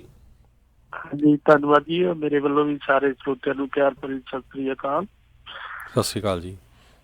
ਸਤਿ ਸ੍ਰੀ ਅਕਾਲ ਜੀ। ਸੋ ਜਰਨੈਲ ਸਿੰਘ ਹੁਣਾਂ ਦੇ ਬਾਰੇ ਜਿਹੜਾ ਦੱਸਦੇ ਜਾਈਏ, ਜਿੱਦਾਂ ਆਪਾਂ ਦੱਸ ਹੀ ਰਹੇ ਸੀਗੇ ਵੀ ਬੜੇ ਉੱਘੇ ਜਿਹੜੇ ਚਿੱਤਰਕਾਰ ਨੇ, ਸਿੱਖ ਅਤੇ ਪੰਜਾਬੀ ਜਿਹੜਾ ਰਵਾਇਤੀ ਜਿਹੜੀ ਚਿੱਤਰਕਾਰੀ ਆ, ਸੱਭਿਆਚਾਰਕ ਜਿਹੜੀ ਚਿੱਤਰਕਾਰੀ ਆ, ਤੁਸੀਂ ਤਸਵੀਰਾਂ ਅਕਸਰ ਬਹੁਤ ਸਾਰੇ ਦੇਖੀਆਂ ਹੋਣਗੀਆਂ ਬਹੁਤ ਸਾਰੇ ਲੋਕਾਂ ਦੇ ਘਰਾਂ ਦੇ ਵਿੱਚ, ਪਿੰਡਾਂ ਦੇ ਮਾਹੌਲ ਵਾਲੀਆਂ ਜਾਂ ਇੱਦਾਂ ਦੀਆਂ ਬਹੁਤ ਸਾਰੀਆਂ ਤਸਵੀਰਾਂ ਅਤੇ ਹੋਰ ਬਹੁਤ ਸਾਰੇ ਜਿਹੜੇ ਪੋਰਟਰੇਟਸ ਜਿਹੜੇ ਆ ਤੁਸੀਂ ਦੇਖੇ ਹੋਣਗੇ। ਜਿਹੜੇ ਕੈਨੇਡਾ ਦੇ ਵਿੱਚ ਰਹਿੰਦੇ ਨੇ ਲੋਕ ਜਾਂ ਉੱਥੇ ਜਾ ਕੇ ਕਈ ਗੁਰੂ ਘਰਾਂ ਜਾ ਕੇ ਆਏ ਹੋਣਗੇ, ਉਹਨਾਂ ਨੇ ਬਹੁਤ ਸਾਰੇ ਮਿਊਰਲਸ ਉੱਥੇ ਵੱਡੀਆਂ ਵੱਡੀਆਂ ਜਿਹੜੀਆਂ ਕੰਧਾਂ ਦੇ ਉੱਤੇ ਜਿਹੜੀਆਂ ਚਿੱਤਰਕਾਰੀ ਆ ਉਹ ਦੇਖੀ ਹੋਊਗੀ। ਉਹਨਾਂ ਦੇ ਵਿੱਚ ਬਹੁਤ ਸਾਰੀਆਂ ਜਿਹੜੀਆਂ ਚਿੱਤਰਕਾਰੀਆਂ ਜਰਨੈਲ ਸਿੰਘ ਹੁਣਾਂ ਦੇ ਦੁਆਰਾ ਜਿਹੜੀਆਂ ਕੀਤੀਆਂ ਗਈਆਂ ਹੋਈਆਂ ਆ। ਇਹਨਾਂ ਦੇ ਪਿਤਾ ਜੀ ਕਿਰਪਾਲ ਸਿੰਘ, ਉਹ ਵੀ ਬਹੁਤ ਉੱਘੇ ਜਿਹੜੇ ਆ ਉਹ ਜਿਹੜੇ ਸਿੱਖ ਚਿੱਤਰਕਾਰ ਰਹੇ ਨੇ। ਸੋ ਇਹ ਜਿਹੜੇ ਵਿਸ਼ੇਸ਼ ਤੌਰ ਦੇ ਉੱਤੇ ਕੈਨੇਡਾ ਤੋਂ ਜਿਹੜੇ ਵਿਸ਼ੇਸ਼ ਤੌਰ ਦੇ ਉੱਤੇ 5 ਦਿਨਾਂ ਦੇ ਲਈ ਫਰੈਜ਼ਨੋ ਇਲਾਕੇ ਦੇ ਵਿੱਚ ਇੱਥੇ ਆ ਰਹੇ, ਉੱਥੇ ਆਪਣੀ ਚਿੱਤਰਕਾਰੀ ਦੀ ਜਿਹੜੀ ਨੁਮਾਇਸ਼ ਆ ਉਹ ਕਰਨਗੇ। ਅਤੇ ਜਰਨੈਲ ਸਿੰਘ ਜੀ, ਜ਼ਰੂਰ ਜਿੰਨਾ ਕੁ ਮੈਨੂੰ ਪਤਾ ਸੀ ਉਹਨਾਂ ਕੁ ਮੈਂ ਦੱਸ ਸਕਿਆ। ਤੁਸੀਂ ਜ਼ਰੂਰ ਦੱਸੋ ਵੀ ਤੁਹਾਡਾ ਜਿਹੜਾ ਚਿੱਤਰਕਾਰੀ ਦੇ ਵੱਲ ਜਿਹੜੀ ਤੁਹਾਡੀ ਰੁਚੀ ਆ ਉਹ ਕਦੋਂ ਤੋਂ ਸੀਗੀ? ਹੁਣ ਤਾਂ ਪਤਾ ਹੈ ਵੀ ਕਈ ਦਹਾਕੇ ਹੋ ਗਏ ਤੁਹਾਨੂੰ ਇਹ ਜਿਹੜੀ ਚੀਜ਼ ਕਰਦਿਆਂ ਨੂੰ। ਜੇ ਥੋੜ੍ਹਾ ਜਿਹਾ ਆਪਣੇ ਇਸ ਵੀ ਸ਼ੌਂਕ ਇਸ ਪਾਸੇ ਵੱਲ ਨੂੰ ਕਿੱਦਾਂ ਪਿਆ, ਜੇ ਉਸ ਦੇ ਬਾਰੇ ਥੋੜ੍ਹਾ ਦੱਸੋ ਤਾਂ। ਹਾਂਜੀ, ਸ਼ੌਕ ਤਾਂ ਜਿਸ ਤਰ੍ਹਾਂ ਤੁਸੀਂ ਪਹਿਲਾਂ ਦੱਸ ਹੀ ਚੁੱਕੇ ਹੋ ਕਿ ਮੇਰੇ ਪਿਤਾ ਜੀ ਸਰਦਾਰ ਕਿਰਪਾਲ ਸਿੰਘ ਚਿੱਤਰਕਾਰ, ਉਹਨਾਂ ਤੋਂ ਹੀ ਸਾਰਾ ਕੁਝ ਗ੍ਰਹਿਣ ਕੀਤਾ। ਸਰਦਾਰ ਕਿਰਪਾਲ ਸਿੰਘ ਨੂੰ 1956 ਦੇ ਵਿੱਚ ਸ਼੍ਰੋਮਣੀ ਕਮੇਟੀ ਨੇ ਚਿੱਤਰਕਾਰ ਉੱਤੇ ਅੰਮ੍ਰਿਤਸਰ ਸੱਦਾ ਦਿੱਤਾ, ਔਰ ਫਿਰ ਉਹਨਾਂ ਨੇ ਜਿਹੜੀਆਂ ਤੁਸੀਂ ਸਾਰੇ ਹੀ ਗੁਰੂ ਘਰਾਂ ਸਾਰੇ ਲੱਗੀਆਂ ਹੁੰਦੀਆਂ ਨੇ ਸਾਰੀ ਦੁਨੀਆ ਉੱਪਰ, ਜਿਹੜੀਆਂ ਸਿੱਖ ਸ਼ਹੀਦੀਆਂ, ਭਾਈ ਮਨੀ ਸਿੰਘ, ਭਾਈ ਤਾਰੂ ਸਿੰਘ, ਚਰਖੜੀਆਂ ਤੇ ਚੜ੍ਹੇ, ਬਾਬਾ ਬੰਦਾ ਸਿੰਘ ਬਹਾਦਰ, ਉਹ ਸਾਰੇ ਚਿੱਤਰ ਬਣਾਏ। ਤੇ ਫਿਰ 1958 ਦੇ ਵਿੱਚ ਕੇਂਦਰੀ ਸਿੱਖ ਅਜਾਇਬ ਘਰ ਸ੍ਰੀ ਦਰਬਾਰ ਸਾਹਿਬ ਅੰਮ੍ਰਿਤਸਰ ਵਿਖੇ ਜੋ ਹੈਗਾ ਸਥਿਤ, ਉਹਦਾ ਉਦਘਾਟਨ ਹੋਇਆ। ਸੋ ਉਹ ਕੇਂਦਰੀ ਸਿੱਖ ਅਜਾਇਬ ਘਰ ਦੇ ਬਾਨੀ ਚਿੱਤਰਕਾਰ ਸੀਗੇ। ਤੇ ਉਸ ਤੋਂ ਬਾਅਦ ਹੋਰ ਵੀ ਫਿਰ ਗੁਰਦੁਆਰਾ ਮਹਿੰਦੇ ਆਣਾ ਸਾਹਿਬ ਜਿਹੜਾ ਅਜਾਇਬ ਘਰ ਸਥਾਪਿਤ ਕੀਤਾ, ਦਸ਼ਮੇਸ਼ ਪਿਤਾ ਨੂੰ ਸਮਰਪਿਤ ਉਹ ਕੀਤਾ। ਫਿਰ ਜਿਹੜੀਆਂ ਅੰਗਰੇਜ਼ਾਂ ਸਿੱਖਾਂ ਦੀਆਂ ਜੰਗਾਂ ਦੀ ਯਾਦਗਾਰ ਆ, ਉੱਥੇ ਫਿਰੋਜ਼ ਸ਼ਾਹ ਉਹਦੇ ਵੀ ਬਾਨੀ ਚਿੱਤਰਕਾਰ ਉਹ ਨੇ, ਤੇ ਗੁਰਦੁਆਰਾ ਬੰਗਲਾ ਸਾਹਿਬ ਦੇ ਵਿੱਚ ਸਰਦਾਰ ਭਗੇਲ ਸਿੰਘ ਅਜਾਇਬ ਘਰ ਜਿਹੜਾ ਆ ਉਹਦੇ ਵੀ ਉਹ ਬਾਨੀ ਚਿੱਤਰਕਾਰ ਸੀਗੇ, ਤੇ ਉਹਨਾਂ ਤੋਂ ਹੀ ਸਾਰਾ ਕੁਝ ਗ੍ਰਹਿਣ ਕੀਤਾ ਤੇ ਉੱਤੇ ਉੱਤੇ ਹੀ ਗੁਰ ਇਤਿਹਾਸ ਨੂੰ ਚਿੱਤਰਨ ਦਾ ਕੰਮ ਜਿਹੜਾ ਉਹਨਾਂ ਵੱਲੋਂ ਸ਼ੁਰੂ ਕੀਤਾ ਗਿਆ ਸੀ ਉਹ ਜਾਰੀ ਰੱਖਣ ਦੀ ਕੋਸ਼ਿਸ਼ ਕਰ ਰਹੇ ਹਾਂ। ਤੇ ਨਾਲ ਦੀ ਨਾਲ ਜਿਹੜਾ ਸਾਡਾ ਅਲੋਪ ਹੋ ਰਿਹਾ ਪੰਜਾਬੀ ਵਿਰਸਾ ਸੀਗਾ, ਪਿੰਡਾਂ ਦਾ ਰਹਿਣ ਸਹਿਣ, ਸਾਡੀ ਜੀਵਨ ਜਾਚ, ਜੀਵਨ ਵਿਉਂ ਕਿਵੇਂ ਰਹਿੰਦੇ ਸੀ, ਖੇਤਾਂ 'ਚ ਕੰਮ ਕਰਦੇ ਸੀ, ਘਰਾਂ 'ਚ ਸੁਆਣੀਆਂ ਕਿਵੇਂ ਕੰਮ ਕਰਦੀਆਂ ਸੀ, ਉਹ ਫਿਰ ਚੁੱਕਣ ਦਾ ਉਪਰਾਲਾ ਕੀਤਾ ਤੇ ਉਹ ਤਸਵੀਰਾਂ ਵੀ ਕਾਫੀ ਲੋਕਾਂ ਵੱਲੋਂ ਪਸੰਦ ਕੀਤੀਆਂ ਗਈਆਂ, ਕਿਉਂਕਿ ਉਹੋ ਜਿਹੀ ਅੱਗੇ ਕੋਈ ਵੀ ਚਿੱਤਰਕਾਰੀ ਹੈ ਨਹੀਂ ਸੀਗੀ। ਸੋ ਸਫ਼ਰ ਤੇ ਹੀ ਜਾਰੀ, ਮਤਲਬ ਸਫ਼ਰ ਨਿਰੰਤਰ ਚੱਲ ਰਿਹਾ ਹੁਣ ਤੱਕ। ਜੀ ਜੀ, ਹਾਂਜੀ। ਸੋ ਬਹੁਤ ਵਧੀਆ ਜੀ। ਤੇ ਫਿਰ ਕੈਨੇਡਾ 'ਚ ਤੁਸੀਂ ਕਦੋਂ ਮੂਵ ਹੋਏ, ਤੇ ਫਿਰ ਕੈਨੇਡਾ ਦੇ ਵਿੱਚ ਕਿਹੜੇ ਜਿਹੜੀਆਂ ਆਰਗੇਨਾਈਜੇਸ਼ਨਸ ਆ ਉਹਨਾਂ ਨੇ ਤੁਹਾਨੂੰ ਸਨਮਾਨਿਤ ਕੀਤਾ? ਹਾਂਜੀ, ਕੈਨੇਡਾ ਦੇ ਵਿੱਚ ਮੈਂ 2000 ਦੇ ਵਿੱਚ ਆ ਗਿਆ ਸੀ। ਉਦੋਂ ਪਹਿਲਾਂ ਐਜ਼ ਵਿਜ਼ਟਰ 1995 ਦੇ ਵਿੱਚ ਆਉਂਦਾ ਰਿਹਾ ਜੀ, ਤੇ 2000 ਦੇ ਵਿੱਚ ਫਿਰ ਮੈਂ ਪੱਕੇ ਤੌਰ ਤੇ ਇੱਥੇ ਆ ਗਿਆ। ਕੈਨੇਡਾ ਆ ਕੇ ਵੀ ਫਿਰ ਇੱਥੋਂ ਦੇ ਜਿਹੜਾ ਸਾਡਾ ਪਾਇਨੀਅਰ ਦਾ ਇਤਿਹਾਸ ਹੈ, ਜਿਵੇਂ ਕਾਮਾਗਾਟਾ ਮਾਰੂ ਦੀ ਯਾਤਰਾ ਹੈਗੀ ਆ, ਜਾਂ ਇੱਥੇ ਲੋਕਾਂ ਦਾ ਜੀਵਨ ਜਿਵੇਂ ਖੇਤਾਂ ਦੇ ਵਿੱਚ ਕੰਮ ਕਰਦੇ, ਬੇਰੀਆਂ ਤੋੜਦੇ, ਉਹ ਸਾਰੀਆਂ ਚੀਜ਼ਾਂ ਚੇਤਰੀਆਂ। ਫਿਰ ਇਹਦੇ ਵਿੱਚ ਮਤਲਬ ਲੋਕਾਂ ਵੱਲੋਂ ਵੀ ਕਾਫੀ ਭਰਪੂਰ ਹੁੰਗਾਰਾ ਮਿਲਿਆ ਸੰਸਥਾਵਾਂ ਵੱਲੋਂ, ਔਰ ਮਤਲਬ ਬਹੁਤ ਮੈਂ ਤਾਂ ਇਹੀ ਕਹੂੰਗਾ ਧੰਨਵਾਦ ਨੇ ਮੇਰੇ ਵੀ ਇੰਨਾ ਮਾਣ ਸਤਿਕਾਰ ਸਾਰੇ ਸੰਗਤ ਨੇ ਦਿੱਤਾ ਹੈਗਾ। ਜੀ ਬਿਲਕੁਲ ਜੀ। ਸੋ ਜਰਨੈਲ ਸਿੰਘ ਜੀ, ਕਾਫੀ ਤੁਹਾਡੇ ਜਿੱਦਾਂ ਤੁਸੀਂ ਦੱਸਿਆ ਵੀ ਬਹੁਤ ਸਾਰੀਆਂ ਜਿਹੜੀਆਂ ਤੁਹਾਡੀਆਂ ਪੇਂਟਿੰਗਸ ਆ ਉਹ ਲੋਕਾਂ ਦੇ ਵਿੱਚ ਲੋਕਪ੍ਰਿਯ ਹੈਗੀ ਆ, ਬਹੁਤ ਸਾਰੇ ਲੋਕਾਂ ਦੇ ਘਰਾਂ 'ਚ ਵੀ ਆ। ਸੋ ਇੱਥੇ ਜਿਹੜੀਆਂ ਤੁਸੀਂ ਵਿਸ਼ੇਸ਼ ਤੌਰ ਦੇ ਉੱਤੇ ਕਿੱਦਾਂ ਦੀਆਂ ਜਿਹੜੀਆਂ ਪੇਂਟਿੰਗਸ ਦੀ ਨੁਮਾਇਸ਼ ਆ, ਹਰ ਤਰ੍ਹਾਂ ਦਾ ਤੁਸੀਂ ਸਕੋਪ ਨੂੰ ਉੱਥੇ ਲੈ ਕੇ ਆ ਰਹੇ ਹੋ? ਜੇ ਕਿਸੇ ਨੂੰ ਕੋਈ ਪਸੰਦ ਆਉਂਦੀ ਪੇਂਟਿੰਗਸ, ਜੇ ਕੋਈ ਉਹ ਬਾਏ ਵੀ ਕਰਨਾ ਚਾਹੁੰਦਾ ਹੈ, ਕਿ ਉਹ ਵੀ ਆਪਸ਼ਨਸ ਜਿਹੜੀਆਂ ਉੱਥੇ ਹੋਣਗੀਆਂ? ਜ਼ਰੂਰ ਆਪਣੀ ਆ ਰਹੀ ਜਿਹੜੀ ਐਗਜ਼ੀਬਿਸ਼ਨ ਦੇ ਬਾਰੇ ਥੋੜ੍ਹੀ ਜਾਣਕਾਰੀ ਹੋਰ ਦੇਵੋ। ਹਾਂਜੀ, ਆ ਰਹੀ ਚਿੱਤਰਕਾਰੀ ਨੁਮਾਇਸ਼ ਜਿਹੜੀ ਹੈਗੀ ਆ ਉਹਦੇ ਵਿੱਚ ਗੁਰ ਇਤਿਹਾਸ ਹੋਊਗਾ, ਔਰ ਜਿਹੜਾ ਪੰਜਾਬੀ ਲੋਕ ਜੀਵਨ ਦੇ ਚਿੱਤਰ ਹੋਣਗੇ, ਉਹ ਸਾਰੀਆਂ ਚੀਜ਼ਾਂ ਹੋਣਗੀਆਂ। ਓਰੀਜਨਲ ਪੇਂਟਿੰਗ ਵੀ ਹੋਣਗੀਆਂ ਤੇ ਉਹਨਾਂ ਦੇ ਪ੍ਰਿੰਟ ਵੀ ਉਪਲਬਧ ਹੋਣਗੇ। ਠੀਕ ਹੈ। ਮਤਲਬ ਔਰ ਸਾਰੀ ਪ੍ਰਦਰਸ਼ਨੀ ਜਿਹੜੀ ਗੁਰੂ ਨਾਨਕ ਸਾਹਿਬ ਦੇ 550ਵੇਂ ਜਨਮ ਸ਼ਤਾਬਦੀ ਨੂੰ ਸਮਰਪਿਤ ਮੈਂ ਆਪਣੇ ਵੱਲੋਂ ਕੀਤੀ ਹੈ। ਤੇ ਗੁਰੂ ਸਾਹਿਬ ਦਾ ਜੋ ਸੁਨੇਹਾ ਹੈਗਾ ਹੈ, ਭਾਈਵਾਲ ਤਾਂ ਸਾਂਝੀਵਾਲ ਤਾਂ ਮਨੁੱਖੀ ਹਮਦਰਦੀ ਹੈ ਨਾ, ਸੇਵਾ, ਉਹ ਸਾਰਾ ਇਹਦੇ ਰਾਹੀਂ ਲੋਕਾਂ ਤੱਕ ਪਹੁੰਚੇ। ਜੀ ਜੀ। ਸੋ ਬਹੁਤ ਸਾਰੇ ਤੁਹਾਡੇ ਜਿੱਦਾਂ ਮੈਂ ਪੋਰਟਰੇਟਸ ਦੇਖੇ ਆ ਜਿਨ੍ਹਾਂ ਦੇ ਵਿੱਚ ਸੰਤਾਂ ਦੀ ਤਸਵੀਰ ਵੀ ਆ, ਜਿਨ੍ਹਾਂ ਦੇ ਵਿੱਚ ਜਸਵੰਤ ਸਿੰਘ ਖਾਲੜਾ ਹੋਣਾ ਦੀ, ਗਦਰੀ ਬਾਬਿਆਂ ਦੀ ਕਈਆਂ ਦੀਆਂ ਤਸਵੀਰਾਂ ਆ। ਸੋ ਉਹ ਉੱਦਾਂ ਦੇ ਵੀ ਪੋਰਟਰੇਟਸ ਤੁਸੀਂ ਨਾਲ ਲੈ ਕੇ ਆ ਰਹੇ ਹੋ, ਵੀ ਦੇਖਣ ਨੂੰ ਮਿਲਣਗੇ? ਕੁਝ ਪੋਰਟਰੇਟਸ ਹੋਣਗੇ ਜਿਹੜੇ ਇਸ ਵੇਲੇ ਮੇਰੇ ਕੋਲੇ ਹੈਗੇ ਨੇ ਜੀ। ਬਾਕੀ ਤਾਂ ਪਿਛਲੇ ਸਾਲ ਅਸੀਂ ਇੱਥੇ ਕੈਨੇਡੀਅਨ ਸਿੰਘ ਸਭਾ ਗੁਰਦੁਆਰਾ ਸੁਸਾਇਟੀ ਗੁਰਦੁਆਰਾ ਸਾਹਿਬ ਹੈਗਾ, ਉਹਦੇ ਵਿੱਚ ਗਦਰੀ ਬਾਬਿਆਂ ਦੀ ਗੈਲਰੀ ਇੱਕ ਸਮਰਪਿਤ ਕੀਤੀ, ਜਿਨ੍ਹਾਂ ਨੇ ਇੱਥੋਂ ਜਾ ਕੇ ਹਿੰਦੁਸਤਾਨ ਦੀ ਆਜ਼ਾਦੀ ਦੇ ਵਿੱਚ ਯੋਗਦਾਨ ਪਾਇਆ, ਜਿਹੜੇ ਕੈਨੇਡੀਅਨ ਸੀਗੇ।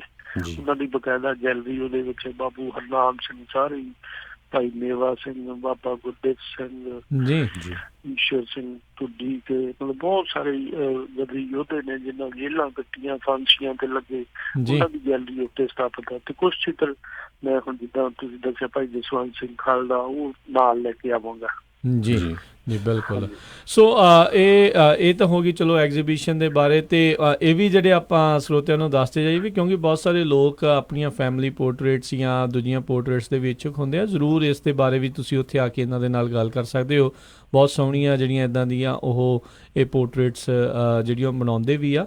ਡੈਫੀਨੇਟਲੀ ਤੁਸੀਂ ਇਹਨਾਂ ਦੇ ਨਾਲ ਜਿਹੜਾ ਸੰਪਰਕ ਕਰ ਸਕਦੇ ਹੋ। ਅਤੇ ਹੁਣ ਜੇ ਆਪਾਂ ਆਰਟ ਕੈਂਪ ਦੇ ਬਾਰੇ ਥੋੜ੍ਹੀ ਗੱਲ ਕਰਦੇ ਜਾਈਏ, ਵੀ ਜਿਹੜੇ 4 ਦਿਨਾਂ ਦਾ ਉੱਥੇ ਆਰਟ ਕੈਂਪ ਲੱਗਣਾ ਆ, ਕੀ ਤੁਹਾਡੇ ਮਨ ਦੇ ਵਿੱਚ ਹੈਗਾ ਵੀ ਜਿਹੜੇ ਬੱਚਿਆਂ ਨੂੰ ਕਿਸ ਤਰੀਕੇ ਦੇ ਨਾਲ ਜਿਹੜਾ ਉੱਥੇ ਸਿਖਾਇਆ ਜਾਊਗਾ? ਕਿਉਂਕਿ ਬਹੁਤ ਸਾਰੇ ਪੇਰੈਂਟਸ ਜਿਹੜੇ ਇਸ ਦੇ ਬਾਰੇ ਉਹ ਪੁੱਛਦੇ ਰਹਿੰਦੇ ਨੇ ਕਾਲ ਕਰਕੇ ਵੀ ਕੀ ਬੱਚਿਆਂ ਨੂੰ ਇਸ ਦੇ ਵਿੱਚ ਇਸ 4 ਦਿਨਾਂ ਜਿਹੜੇ ਵਰਕਸ਼ਾਪ ਦੇ ਵਿੱਚ ਸਿਖਲਾਈ ਜਿਹੜੀ ਦੇਣ ਦੀ ਤੁਹਾਡੀ ਇੱਛਾ ਹੈਗੀ ਆ? ਹਾਂਜੀ, ਇਹਦੇ ਵਿੱਚ ਇਸ ਤਰ੍ਹਾਂ ਵੀ ਜੀ ਬਈ ਬੱਚਿਆਂ ਦਾ ਆਰਟ ਕੈਂਪ ਬਹੁਤ ਹੀ ਵਧੀਆ ਉੱਦਮ ਹੈਗਾ। ਜੀ ਇਹ ਜਿਹੜੀ ਕਲਾ ਹੈ, ਕੋਈ ਵੀ ਕਲਾਵਾਂ ਨੇ ਜਿਹੜੀਆਂ ਜਿੱਦਾਂ ਮਿਊਜ਼ਿਕ ਆ, ਆਰਟ ਆ, ਸੰਗੀਤ ਆ, ਇਹ 2-3 ਚੀਜ਼ਾਂ ਬੱਚਿਆਂ ਦੇ ਵਿੱਚ ਮਤਲਬ ਪੈਦਾ ਕਰਦੀਆਂ ਨੇ। ਇੱਕ ਤਾਂ ਹੁੰਦੀ ਪੇਸ਼ੈਂਸ, ਜੀ ਦੂਜਾ ਹੁੰਦਾ ਡੈਡੀਕੇਸ਼ਨ, ਜੀ ਇੱਕ ਕਮਿਟਮੈਂਟ ਇੱਕ ਕੰਮ ਵੱਲ, ਜੀ ਤੇ ਤੀਜਾ ਹੁੰਦਾ ਫੋਕਸ। ਜੀ ਔਰ ਇਹ 3 ਚੀਜ਼ਾਂ ਜਦੋਂ ਬੱਚਾ ਇਹਨਾਂ ਕਲਾਵਾਂ ਦੇ ਨਾਲ ਜੁੜਦਾ ਹੈ, ਇਹ ਉਹ ਆਪੋ ਸੁੱਧ ਗ੍ਰਹਿਣ ਕਰ ਜਾਂਦਾ। ਔਰ ਇਹ 3 ਚੀਜ਼ਾਂ ਐਸੀਆਂ ਨੇ ਜਿਹੜੀਆਂ ਤਾਂ ਉਮਰ ਇੱਕ ਸਫਲ ਜੀਵਨ ਬਤੀਤ ਕਰਨ ਲਈ ਬੰਦੇ ਦੇ ਵਿੱਚ ਉਹਦੇ ਸਹਾਇਤਾ ਕਰਦੀਆਂ ਨੇ। ਕਿਉਂਕਿ ਜੀਵਨ ਦੇ ਵਿੱਚ ਹੀ ਕੰਮਾਂ ਕਾਰਾਂ ਦੇ ਵਿੱਚ ਜੇ ਤੁਹਾਡੇ ਵਿੱਚ ਪੇਸ਼ੈਂਸ ਹੈ ਨਹੀਂ, ਸਹਿਜ ਹੈ ਨਹੀਂ, ਔਰ ਫੋਕਸ ਹੈ ਨਹੀਂ ਆਪਣੇ ਕੰਮ ਵੱਲ, ਔਰ ਕੰਸਿਸਟੈਂਸੀ ਹੈ ਨਹੀਂ, ਲਗਾਤਾਰਤਾ ਨਹੀਂ ਹੈਗੀ, ਤੁਸੀਂ ਕਿਸੇ ਵੀ ਖੇਤਰ ਦੇ ਵਿੱਚ ਕਾਮਯਾਬ ਹੋਣ ਦੇ ਵਿੱਚ ਤੁਹਾਨੂੰ ਮਤਲਬ ਇਹਨਾਂ ਚੀਜ਼ਾਂ ਨਾਲ ਮਦਦ ਮਿਲਦੀ ਹੈ। ਸੋ ਇਹ 3 ਚੀਜ਼ਾਂ ਬੱਚੇ ਇਹਨਾਂ ਮਤਲਬ ਅਸੀਂ ਕੋਸ਼ਿਸ਼ ਕਰਦੇ ਕਿ ਇਹ ਚੀਜ਼ਾਂ ਉਹ ਗ੍ਰਹਿਣ ਕਰਨ ਤੇ ਅੱਗੇ ਕਲਾ ਦੇ ਨਾਲ ਤਾਂ ਉਹ ਜੁੜਨਗੇ ਹੀ, ਨਾਲ ਨਾਲ ਉਹ ਜੀਵਨ ਦੇ ਵਿੱਚ ਵੀ ਉਹਨਾਂ ਨੂੰ ਕਾਮਯਾਬ ਹੋਣ ਦੇ ਵਿੱਚ ਮਦਦ ਮਿਲਦੀ ਹੈਗੀ ਆ।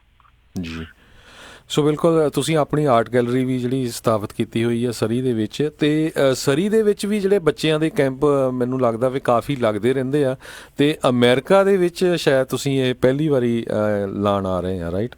ਹਾਂਜੀ, ਸਰੀ ਦੇ ਵਿੱਚ ਤਾਂ ਸਾਡੇ ਰੈਗੂਲਰ ਕਲਾਸਿਸ ਚੱਲਦੀਆਂ ਨੇ।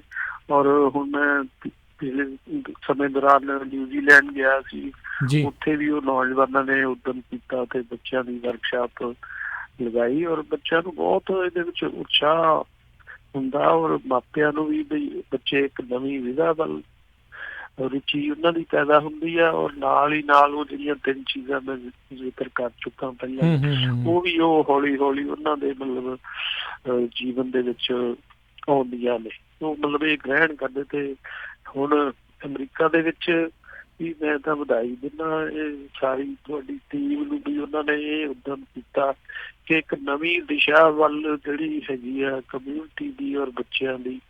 ਔਰ ਆਮ ਤੌਰ ਤੇ ਉਹਦੇ 'ਚ ਬਹੁਤੀਆਂ ਸਾਡੀਆਂ ਜਿਹੜੀਆਂ ਹੁੰਦੀਆਂ ਨੇ ਐਕਟੀਵਿਟੀਜ਼, ਉਹ ਵੱਡਿਆਂ ਤੇ ਕੇਂਦਰਿਤ ਹੁੰਦੀਆਂ। ਸੋ ਬੱਚਿਆਂ ਵੱਲ ਤੇ ਜਿਹੜਾ ਇਹ ਉਦਮ ਕਰ ਰਹੇ ਹੋ, ਇਹ ਬਹੁਤ ਵਧੀਆ ਉਦਮ ਹੈ ਔਰ ਚੰਗੀ ਇੱਕ ਨਵੀਂ ਦਿਸ਼ਾ ਪ੍ਰਦਾਨ ਕਰੇਗਾ ਭਾਈਚਾਰੇ ਨੂੰ। ਜੀ ਜੀ ਬਿਲਕੁਲ। ਸੋ ਇਹ ਬਹੁਤ ਜਿੱਦਾਂ ਇਹਨਾਂ ਨੇ ਕਿਹਾ ਵੀ ਉਪਰਾਲਾ ਬਹੁਤ ਵਧੀਆ। ਸੋ ਜੇ ਕੋਈ ਵੀ ਅਜੇ ਵੀ ਬੱਚੇ ਸੋਚ ਰਹੇ ਆ ਜਾਂ ਜੇ ਉਹਨਾਂ ਦੇ ਮਾਪੇ ਜਿਹੜੇ ਸੋਚ ਰਹੇ ਨੇ ਵੀ ਤੁਸੀਂ ਵੀ ਜਿਹੜੇ ਇਹਨਾਂ ਦੇ ਇਸ ਕੈਂਪ ਦੇ ਵਿੱਚ ਹਿੱਸਾ ਲੈਣਾ ਚਾਹੁੰਦੇ, ਐਗਜ਼ੀਬਿਸ਼ਨ ਦੇ ਲਈ ਤਾਂ ਸਾਰਿਆਂ ਨੂੰ ਖੁੱਲ੍ਹਾ ਸੱਦਾ ਆ, ਜ਼ਰੂਰ ਹੁਮ-ਹੁਮਾ ਕੇ ਜਿਹੜਾ ਪਹੁੰਚੋ, ਜਦੋਂ ਮਰਜ਼ੀ ਤੁਸੀਂ ਉੱਥੇ ਆ ਸਕਦੇ ਹੋ। ਪਰ 13 ਤਰੀਕ ਨੂੰ ਜਿਹੜਾ ਉਦਘਾਟਨੀ ਜਿਹੜਾ ਸਮਾਰੋਹ ਆ ਉੱਥੇ ਹੋਣਾ ਹੈ ਪੰਜਾਬੀ ਕਲਚਰਲ ਸੈਂਟਰ ਜਿਹੜਾ ਫਰੈਜ਼ਨੋ ਦੇ ਵਿੱਚ ਹੈਗਾ, 2125 ਨਾਰਥ ਬਾਰਟਨ ਐਵੀਨਿਊ ਫਰੈਜ਼ਨੋ ਦੇ ਵਿੱਚ। ਵੀ ਉੱਥੇ ਤੁਸੀਂ ਆ ਕੇ ਬੱਚਿਆਂ ਦੇ ਸਮੇਤ, ਪਰਿਵਾਰਾਂ ਸਮੇਤ ਜਿਹੜੇ ਉੱਥੇ ਆ ਕੇ ਪਹੁੰਚੋ।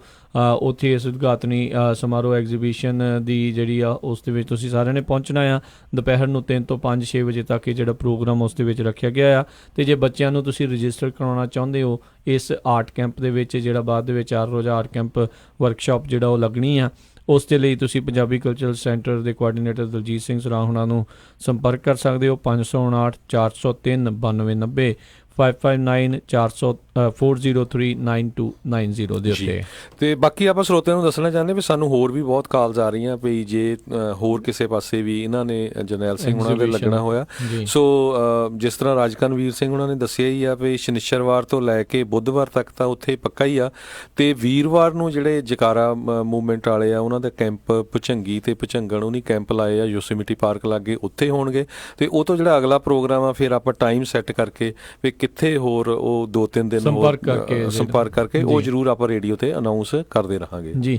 ਤੇ ਜਰਨੈਲ ਸਿੰਘ ਜੀ, ਮੈਂ ਤੁਹਾਨੂੰ ਪੁੱਛਣਾ ਚਾਹੁੰਦਾ ਵੀ ਤੁਸੀਂ ਦੇਖੋ ਬਹੁਤ ਤਰੀਕੇ ਦੀਆਂ ਜਿਹੜੀਆਂ ਪੇਂਟਿੰਗਸ ਕੀਤੀਆਂ, ਪੋਰਟਰੇਟਸ ਵੀ ਕੀਤੇ ਆ, ਮਿਊਰਲਸ ਵੀ ਬਣਾਏ ਆ, ਪਿੰਡਾਂ ਦੇ ਦ੍ਰਿਸ਼ ਜਿਹੜੇ ਸੱਭਿਆਚਾਰਕ ਦ੍ਰਿਸ਼ ਆ ਉਹ ਤੁਸੀਂ ਆਪਣੇ ਜਿਹੜੇ ਕਹਿ ਲਓ ਵੀ ਉਸ ਬਣਾਏ ਨੇ, ਕੈਨਵਸ ਦੇ ਉੱਤੇ ਉਤਾਰੇ ਨੇ।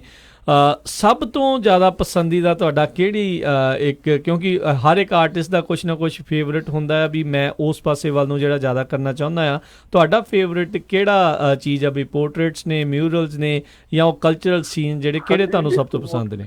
ਉਹ ਮੈਂ ਤਾਂ ਜਿਵੇਂ ਰਵਾਇਤੀ ਗੱਲ ਹੈ ਵੀ ਉਹ ਜਿਵੇਂ ਉਹ ਮਾਂ ਨੂੰ ਸਾਰੇ ਬੱਚੇ ਜੀ। ਉਹ ਪਰ ਕਈ ਚੀਜ਼ਾਂ ਐਸੀਆਂ ਨੇ ਜਿਹੜੀਆਂ ਮਤਲਬ ਦਰਸ਼ਕਾਂ ਵੱਲੋਂ ਬਹੁਤ ਜ਼ਿਆਦਾ ਪਸੰਦ ਕੀਤੀਆਂ ਗਈਆਂ। ਉਹ ਸੀਗੇ ਜਿਸ ਤਰ੍ਹਾਂ ਕਿ ਪੰਜਾਬੀ ਜੀਵਨ ਦੇ ਚਿੱਤਰ ਜਿਹੜੇ ਜਿਸ ਤਰ੍ਹਾਂ ਚਰਖਾ ਕਰਦੀ ਮੁਟਿਆਰ ਆ, ਜਾਂ ਵਿਆਹ ਦਾ ਸੀਨ ਹੈਗਾ, ਨਵੀਂ ਵਹੁਟੀ ਨੂੰ ਆਏ ਤੇ ਦੇਖਦੇ ਨੇ, ਜਾਂ ਜਿਹੜੀਆਂ ਪੰਜਾਬਣਾਂ ਦੇ ਪੋਰਟਰੇਟ ਫੁਲਕਾਰੀ ਵਾਲੇ, ਉਹ ਬਹੁਤ ਪਸੰਦ ਕੀਤੇ ਗਏ ਕਿਉਂਕਿ ਬਿਲਕੁਲ ਇੱਕ ਨਵੀਂ ਚੀਜ਼ ਸੀਗੀ ਪੰਜਾਬੀ ਕਲਾ ਜਗਤ ਦੇ ਵਿੱਚ।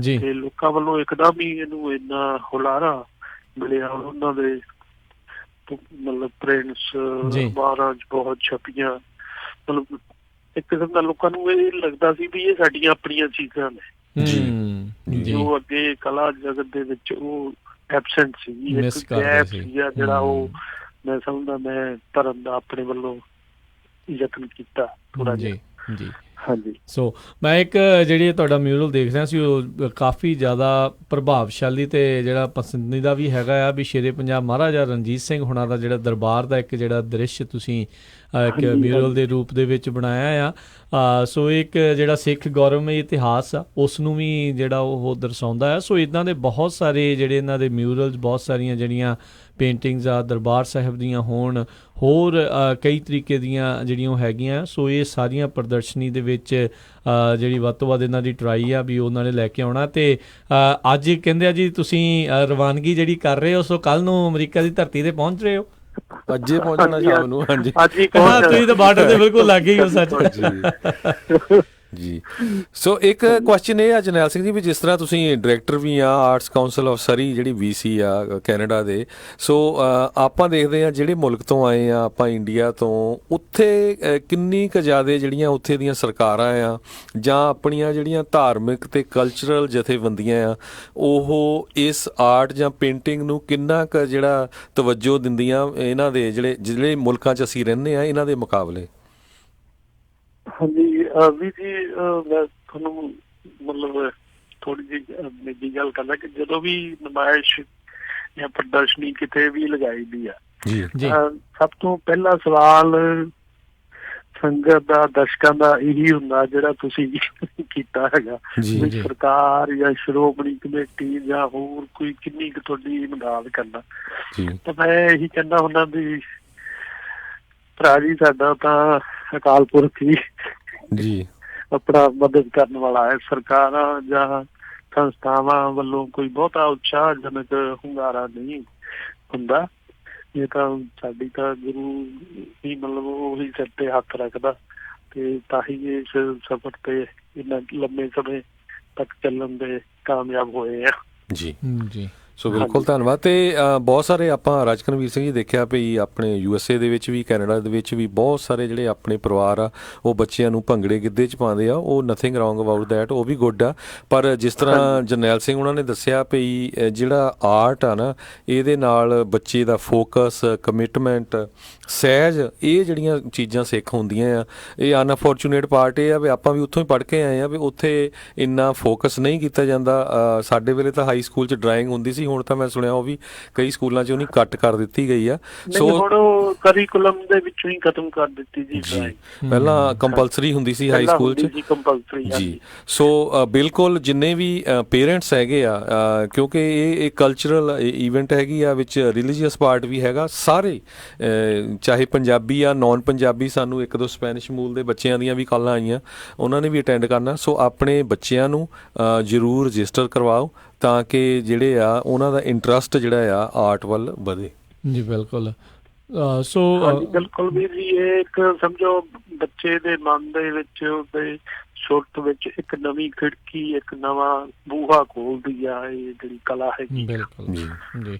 ਸੋ ਬਿਲਕੁਲ ਕੋਈ ਪਤਾ ਨਹੀਂ ਹੁੰਦਾ ਵੀ ਇਹਨਾਂ ਬੱਚਿਆਂ ਦੇ ਵਿੱਚੋਂ ਸਿੱਖਿਆ ਚੋਂ ਜਿਹੜੇ ਆਉਣਗੇ ਵੀ ਉਹਨਾਂ ਨੇ ਆਉਣ ਵਾਲੇ ਸਮੇਂ ਦੇ ਵਿੱਚ ਵੀ ਜਰਨੈਲ ਸਿੰਘ ਆਰਟਿਸਟ ਵਾਂਗੂ ਉਹਨਾਂ ਨੇ ਵੀ ਜਿਹੜੇ ਉੱਘੇ ਚਿੱਤਰਕਾਰ ਜਿਹੜਾ ਉਹ ਬਣਨਾ ਆ। ਸੋ ਯੂ ਨੈਵਰ ਨੋ, ਬੱਚੇ ਦੀ ਜਿਹੜੀ ਕ੍ਰੀਏਟੀਵਿਟੀ ਆ ਉਹ ਘੱਟੋ ਘੱਟ ਇਸ ਮੁਲਕ ਦੇ ਵਿੱਚ ਮੈਂ ਕਹਿੰਦਾ ਵੀ ਇਹ ਜਿਹੜੇ ਇੱਕ ਦੋ ਮੁਲਕ ਆਪਾਂ ਜਿਹੜੇ ਜਿਨ੍ਹਾਂ ਦੇ ਵਿੱਚ ਆਪਾਂ ਗੱਲ ਕਰ ਰਹੇ, ਜਿੱਥੇ ਤੁਸੀਂ ਰਹਿੰਦੇ ਜਾਂ ਇੱਥੇ ਰਹਿੰਦੇ ਆ, ਵੀ ਜੇ ਕੋਈ ਬੰਦਾ ਇਸ ਪੇਸ਼ੇ ਵੱਲ ਨੂੰ ਜਾਂਦਾ ਹੈ ਉਹ ਭੁੱਖਿਆ ਨਹੀਂ ਮਰਦਾ। ਇਹ ਜਿਹੜੀ ਹਾਂਜੀ, ਐਟਲੀਸਟ ਇਹ ਚੀਜ਼ ਹੈਗੀ। ਨਹੀਂ ਤਾਂ ਕਿਉਂਕਿ ਇੰਡੀਆ ਵਿੱਚ ਤਾਂ ਇਹੀ ਰੌਲਾ ਹੁੰਦਾ ਨਾ, ਉਹ ਜਾਂ ਤੂੰ ਆਰਟਿਸਟ ਬਣ ਕੇ ਕੀ ਕਰਨਾ, ਰੋਟੀ ਫਿਰ ਮੰਗ ਕੇ ਖਾਣੀ ਆ, ਜਾਂ ਇਦਾਂ ਕਰਨਾ ਜਾਂ ਉੱਦਾਂ ਕਰਨਾ। ਐਟਲੀਸਟ ਇੱਥੇ ਕਲਾ ਦੀ ਕਦਰ ਹੈਗੀ ਆ। ਸੋ ਜੇ ਤੁਸੀਂ ਚੰਗੇ ਇਸ ਪਾਸੇ ਵੱਲ ਨੂੰ, ਕਲਾ ਵੱਲ ਨੂੰ ਜਾਂਦੇ ਆ, ਆਰਟਿਸਟ ਬਣਦੇ ਆ, ਤਾਂ ਇੱਕ ਵਧੀਆ ਜਿਹੜੀ ਚੀਜ਼ ਆ। ਕਿਉਂਕਿ ਬੱਚੇ ਨੂੰ ਧੱਕੇ ਦੇ ਨਾਲ ਕਿਸੇ ਹੋਰ ਪਾਸੇ ਨੂੰ ਧੱਕੂਗੇ ਨਾ, ਉਹਨੇ ਉਹ ਮਜ਼ੇ ਦੇ ਨਾਲ ਕਰਨਾ, ਤੇ ਜਿਹੜਾ ਉਹਦਾ ਪੈਸ਼ਨ ਆ ਉਹ ਵੀ ਜਿਹੜਾ ਉਸਨੇ ਲੂਜ਼ ਕਰ ਜਾਣਾ ਆ। ਸੋ ਇਹ ਬਹੁਤ ਜ਼ਰੂਰੀ ਆ ਵੀ ਜੇ ਤੁਹਾਡਾ ਬੱਚਾ ਜਿਹੜਾ ਪੈਸ਼ਨੇਟ ਹੈਗਾ ਆ ਇਸ ਆਰਟ ਵਾਲੇ ਪਾਸੇ ਨੂੰ, ਕਿਉਂਕਿ ਇਹ ਰਾਈਟ ਨਾਓ ਅਜੇ ਬੱਚਿਆਂ ਨੂੰ ਵੀ ਨਹੀਂ ਪਤਾ ਵੀ ਉਹਨਾਂ ਨੂੰ ਜ਼ਿਆਦਾ ਚੀਜ਼ ਕਿਹੜੀ ਚੰਗੀ ਆ। ਸੋ ਹਰ ਤਰ੍ਹਾਂ ਦੇ ਕੈਂਪ ਦੇ ਵਿੱਚ ਉਹਨਾਂ ਨੂੰ ਲੈ ਕੇ ਜਾਓ। ਜੇ ਖੇਡਣ ਵਾਲਾ ਖੇਡਣ ਵਾਲੇ 'ਚ, ਭੰਗੜੇ ਵਾਲਾ ਭੰਗੜੇ ਵਾਲੇ 'ਚ, ਜੇ ਆਰਟ ਵਾਲਾ ਆ ਆਰਟ ਵਾਲੇ 'ਚ, ਲਿਟਰੇਚਰ ਵਾਲਾ ਲਿਟਰੇਚਰ ਵਾਲੇ 'ਚ, ਵੀ ਉਹਨੂੰ ਪਤਾ ਨਹੀਂ ਆ ਜੇ ਵੀ ਉਸਨੇ ਕਿਸ ਪਾਸੇ ਵੱਲ ਨੂੰ ਜਾਣਾ। ਸੋ ਜਿਸ ਪਾਸੇ ਵੱਲ ਨੂੰ ਉਹਦਾ ਫਿਰ ਰੁਝਾਨ ਜ਼ਿਆਦਾ ਹੋਊਗਾ, ਤੁਸੀਂ ਉਸ ਪਾਸੇ ਵੱਲ ਨੂੰ ਉਸ ਆਪਣੇ ਬੱਚੇ ਨੂੰ ਜਿਹੜਾ ਉਹ ਪੁਸ਼ ਕਰ ਸਕਦੇ ਹੋ। ਵੀ ਹੋਰ ਜਿਹੜਾ ਉਸਨੂੰ ਤੁਸੀਂ ਜਿੰਨੀ ਵੱਧ ਤੋਂ ਵੱਧ ਬੱਚੇ ਜਿਹੜੇ ਮਦਦ ਆ ਮਾਪੇ ਜਿਹੜੇ ਉਹ ਕਰਦੇ ਹੀ ਕਰਦੇ ਆ, ਕਿਸੇ ਪਾਸੇ ਨੂੰ ਵੀ ਜਾਂਦੇ ਆ। ਸੋ ਬੈਟਰ ਇਹੀ ਆ ਵੀ ਜਦੋਂ ਉਹਨਾਂ ਦਾ ਪੈਸ਼ਨ ਹੈਗਾ ਆ ਉਸ ਪਾਸੇ ਵੱਲ ਨੂੰ ਜਿਹੜਾ ਆ ਉਹ ਮਦਦ ਕੀਤੀ ਜਾਵੇ। ਸੋ ਜ਼ਰੂਰ ਵੱਧ ਤੋਂ ਵੱਧ ਜਿਹੜੇ ਸਰੋਤੇ ਇਸ ਟਾਈਮ ਸੁਣ ਰਹੇ ਆਪਣੇ ਬੱਚਿਆਂ ਨੂੰ ਇਸ ਕੈਂਪ ਦੇ ਵਿੱਚ ਲੈ ਕੇ ਆਉਣਾ ਚਾਹੁੰਦੇ ਨੇ ਤੇ ਜ਼ਰੂਰ ਸੰਪਰਕ ਕਰੋ। ਤੇ ਜਿਹੜੇ ਹੁਣ ਆਪਾਂ ਜਰਨੈਲ ਸਿੰਘ ਜੀ, ਸਮਾਂ ਵੀ ਆਪਣੇ ਜਿਹੜਾ ਹਰਜੋਤ ਸਿੰਘ ਜੀ ਅੱਜ ਦੇ ਪ੍ਰੋਗਰਾਮ ਦਾ ਸਮਾਪਤ ਹੈ, ਤੇ ਬਹੁਤ ਬਹੁਤ ਧੰਨਵਾਦ ਕਰਦੇ ਹਾਂ। ਤੇ ਬਸ 1-2 ਦਿਨਾਂ ਦੇ ਵਿੱਚ ਜਿਹੜੀ ਆ ਫਿਰ ਤੁਹਾਡੇ ਨਾਲ ਜਿਹੜੀ ਆ ਉਹ ਮੁਲਾਕਾਤ ਹੁੰਦੀ ਆ। ਸੋ ਆਪਣੇ ਕੋਲ ਬਹੁਤ ਹੀ ਜਲਦ ਜਰਨੈਲ ਸਿੰਘ ਆਰਟਿਸਟ ਸਰੀ ਕੈਨੇਡਾ ਤੋਂ ਜਿਹੜੇ ਉਹ ਪਹੁੰਚ ਜਾਣਾ ਆ। ਨਾਲ ਉਹਨਾਂ ਦੀ ਵਾਈਫ ਤੇ ਨਾਲ ਉਹਨਾਂ ਦੀ ਬੇਟੀ ਨੇ ਵੀ ਆਉਣਾ, ਜਿਨ੍ਹਾਂ ਨੇ ਉਹ ਕੈਂਪ ਬੱਚਿਆਂ ਦੇ ਜਿਹੜਾ ਕੈਂਪ ਆ ਉਸ ਨੂੰ ਲਗਾਉਣਾ ਆ। ਸੋ ਇਹਨਾਂ ਦੀ ਜਿਹੜੇ ਚਿੱਤਰਕਾਰਾਂ ਦੀ ਜਿਹੜੀ ਪ੍ਰਦਰਸ਼ਨੀ ਆ, ਨੁਮਾਇਸ਼ ਆ, ਉਹ ਹੋਣ ਜਾ ਰਹੀ ਹੈ ਪੰਜਾਬੀ ਕਲਚਰਲ ਸੈਂਟਰ USA ਦੇ ਵਿੱਚ 2125 ਨਾਰਥ ਬਾਰਟਨ ਐਵੀਨਿਊ ਫਰੈਜ਼ਨੋ ਦੇ ਵਿੱਚ। 13 ਤਰੀਕ ਨੂੰ ਉਸ ਦਾ ਉਦਘਾਟਨੀ ਸਮਾਰੋਹ ਹੈਗਾ ਦੁਪਹਿਰ 3 ਵਜੇ, ਤੇ 13, 14, 15, 16, 17 ਇਹ ਜਿਹੜੇ 5 ਦਿਨ ਆ ਉੱਥੇ ਐਗਜ਼ੀਬਿਸ਼ਨ ਉਹ ਲੱਗੀ ਰਹੇਗੀ। ਤੇ 4 ਰੋਜ਼ਾ ਜਿਹੜਾ ਆਰਟ ਕੈਂਪ ਵਰਕਸ਼ਾਪ ਜਿਹੜੀ ਉਹ ਵੀ ਉੱਥੇ ਹੋਵੇਗੀ। ਤੇ ਜਰਨੈਲ ਸਿੰਘ ਜੀ ਬਹੁਤ ਬਹੁਤ ਤੁਹਾਡਾ ਧੰਨਵਾਦ, ਬਹੁਤ ਬਹੁਤ ਸ਼ੁਕਰੀਆ। ਬਹੁਤ ਧੰਨਵਾਦ ਜੀ, ਮੇਰੇ ਵੱਲੋਂ ਸਰੋਤਿਆਂ ਨੂੰ ਪਿਆਰ ਭਰੀ ਫੇਰ ਸਤਿ ਸ੍ਰੀ ਅਕਾਲ ਤੇ ਧੰਨਵਾਦ। ਧੰਨਵਾਦ ਜੀ। ਸੋ ਬਿਲਕੁਲ ਸਰੋਤਿਓ, ਜਿਸ ਤਰ੍ਹਾਂ ਰਾਜਗਨਵੀਰ ਸਿੰਘ ਉਹਨਾਂ ਨੇ ਦੱਸਿਆ ਹੀ ਆ ਵੀ ਕੀ ਸਕੈਜੂਲ ਹੈਗਾ। ਬਾਕੀ ਜਰਨੈਲ ਸਿੰਘ ਉਹਨਾਂ ਨਾਲ ਵੀ ਕਿਸੇ ਨੇ ਕੰਟੈਕਟ ਕਰਨਾ ਹੋਇਆ, ਜ਼ਰੂਰ ਤੁਸੀਂ ਪੰਜਾਬੀ ਰੇਡੀਓ USA ਜਾਂ ਕਲਚਰਲ ਸੈਂਟਰ ਜਿਹੜਾ ਪੰਜਾਬੀ ਕਲਚਰਲ ਸੈਂਟਰ ਫਰਿਜ਼ਨੋ ਉੱਥੇ ਕੰਟੈਕਟ ਕਰ ਲਿਓ। ਤੇ ਬਾਕੀ ਉੱਥੇ ਆ ਕੇ ਤਾਂ ਸਾਰੇ ਦੂਰੋਂ ਆ ਕੇ ਮਿਲ ਸਕਦੇ ਆ। ਨਾਲੇ ਜ਼ਰੂਰ ਬੱਚਿਆਂ ਨੂੰ ਪਰਿਵਾਰਾਂ ਸਮੇਤ ਆ ਕੇ ਜਿਹੜੇ ਆ ਉਹ ਐਗਜ਼ੀਬਿਸ਼ਨ ਲੱਗਣੀ ਉਹ ਦਿਖਾ ਲਿਓ ਜ਼ਰੂਰ। ਸਟਾਕਟਨ, ਸੈਕਰਾਮੈਂਟੋ ਤੋਂ ਦੂਰੋਂ ਜਿਹੜੀਆਂ ਜਿਹੜੇ ਆਪਣੇ ਪੰਜਾਬੀ ਭੈਣ ਭਰਾ ਹੈਗੇ ਉਹਨਾਂ ਦੀਆਂ ਕਾਲਾਂ ਆ ਰਹੀਆਂ ਵੀ ਅਸੀਂ ਜ਼ਰੂਰ ਉੱਥੇ ਦੇਖਣ ਆਵਾਂਗੇ ਜੀ। ਬਿਲਕੁਲ। ਸੋ ਇੱਕ ਪਹਿਲੀ ਵਾਰੀ ਉਪਰਾਲਾ ਕੀਤਾ ਗਿਆ ਅਮਰੀਕਾ ਦੇ ਵਿੱਚ, ਅਜਿਹੀ ਚੀਜ਼ ਜਿਹੜੀ ਆ ਉਹ ਕਦੀ ਵੀ ਜਿਹੜੀ ਉਹ ਨਹੀਂ ਸੁਣੀ ਤੇ ਨਹੀਂ ਦੇਖੀ। ਸੋ ਪਹਿਲੀ ਵਾਰੀ ਹੋਣ ਜਾ ਰਿਹਾ ਆ। ਤੇ ਫਰੈਜ਼ਨੋ ਇਲਾਕੇ ਦੇ ਵਿੱਚ ਜਿਹੜਾ ਵਿਸ਼ੇਸ਼ ਤੌਰ ਦੇ ਉੱਤੇ ਜਿਹੜੀ ਇਹ ਪੰਜਾਬੀ ਕਲਚਰਲ ਸੈਂਟਰ ਦਾ ਜਿਹੜਾ ਕੰਪਲੈਕਸ ਆ ਪੰਜਾਬੀ ਰੇਡੀਓ USA ਦਾ ਫਰੈਜ਼ਨੋ ਸਟੂਡੀਓ ਕੰਪਲੈਕਸ ਆ, ਉੱਥੇ ਹੋਵੇਗਾ।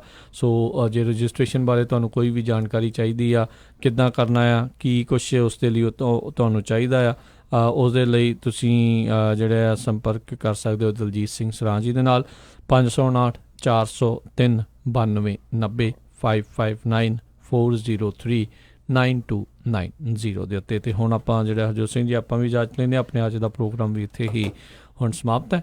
ਮਿਲਦੇ ਹਾਂ ਅਗਲੀ ਵਾਰ। ਉਦੋਂ ਤੱਕ ਲਈ ਸਾਡੇ ਦੋਨਾਂ ਹੀ ਵੱਲੋਂ ਤੁਹਾਨੂੰ ਸਭ ਦਾ ਨੂੰ ਪਿਆਰ ਸਤਿਕਾਰ ਸੈਨਿਕੀ ਜਹੀ ਸਤਿ ਸ੍ਰੀ ਅਕਾਲ। ਜਿਉਂਦੇ ਵਾਸਤੇ ਰਹੋ, ਹੱਸਦੇ ਖੇਲਦੇ ਰਹੋ, ਸੁਣਦੇ ਰਹੋ ਪੰਜਾਬੀ ਰੇਡੀਓ USA।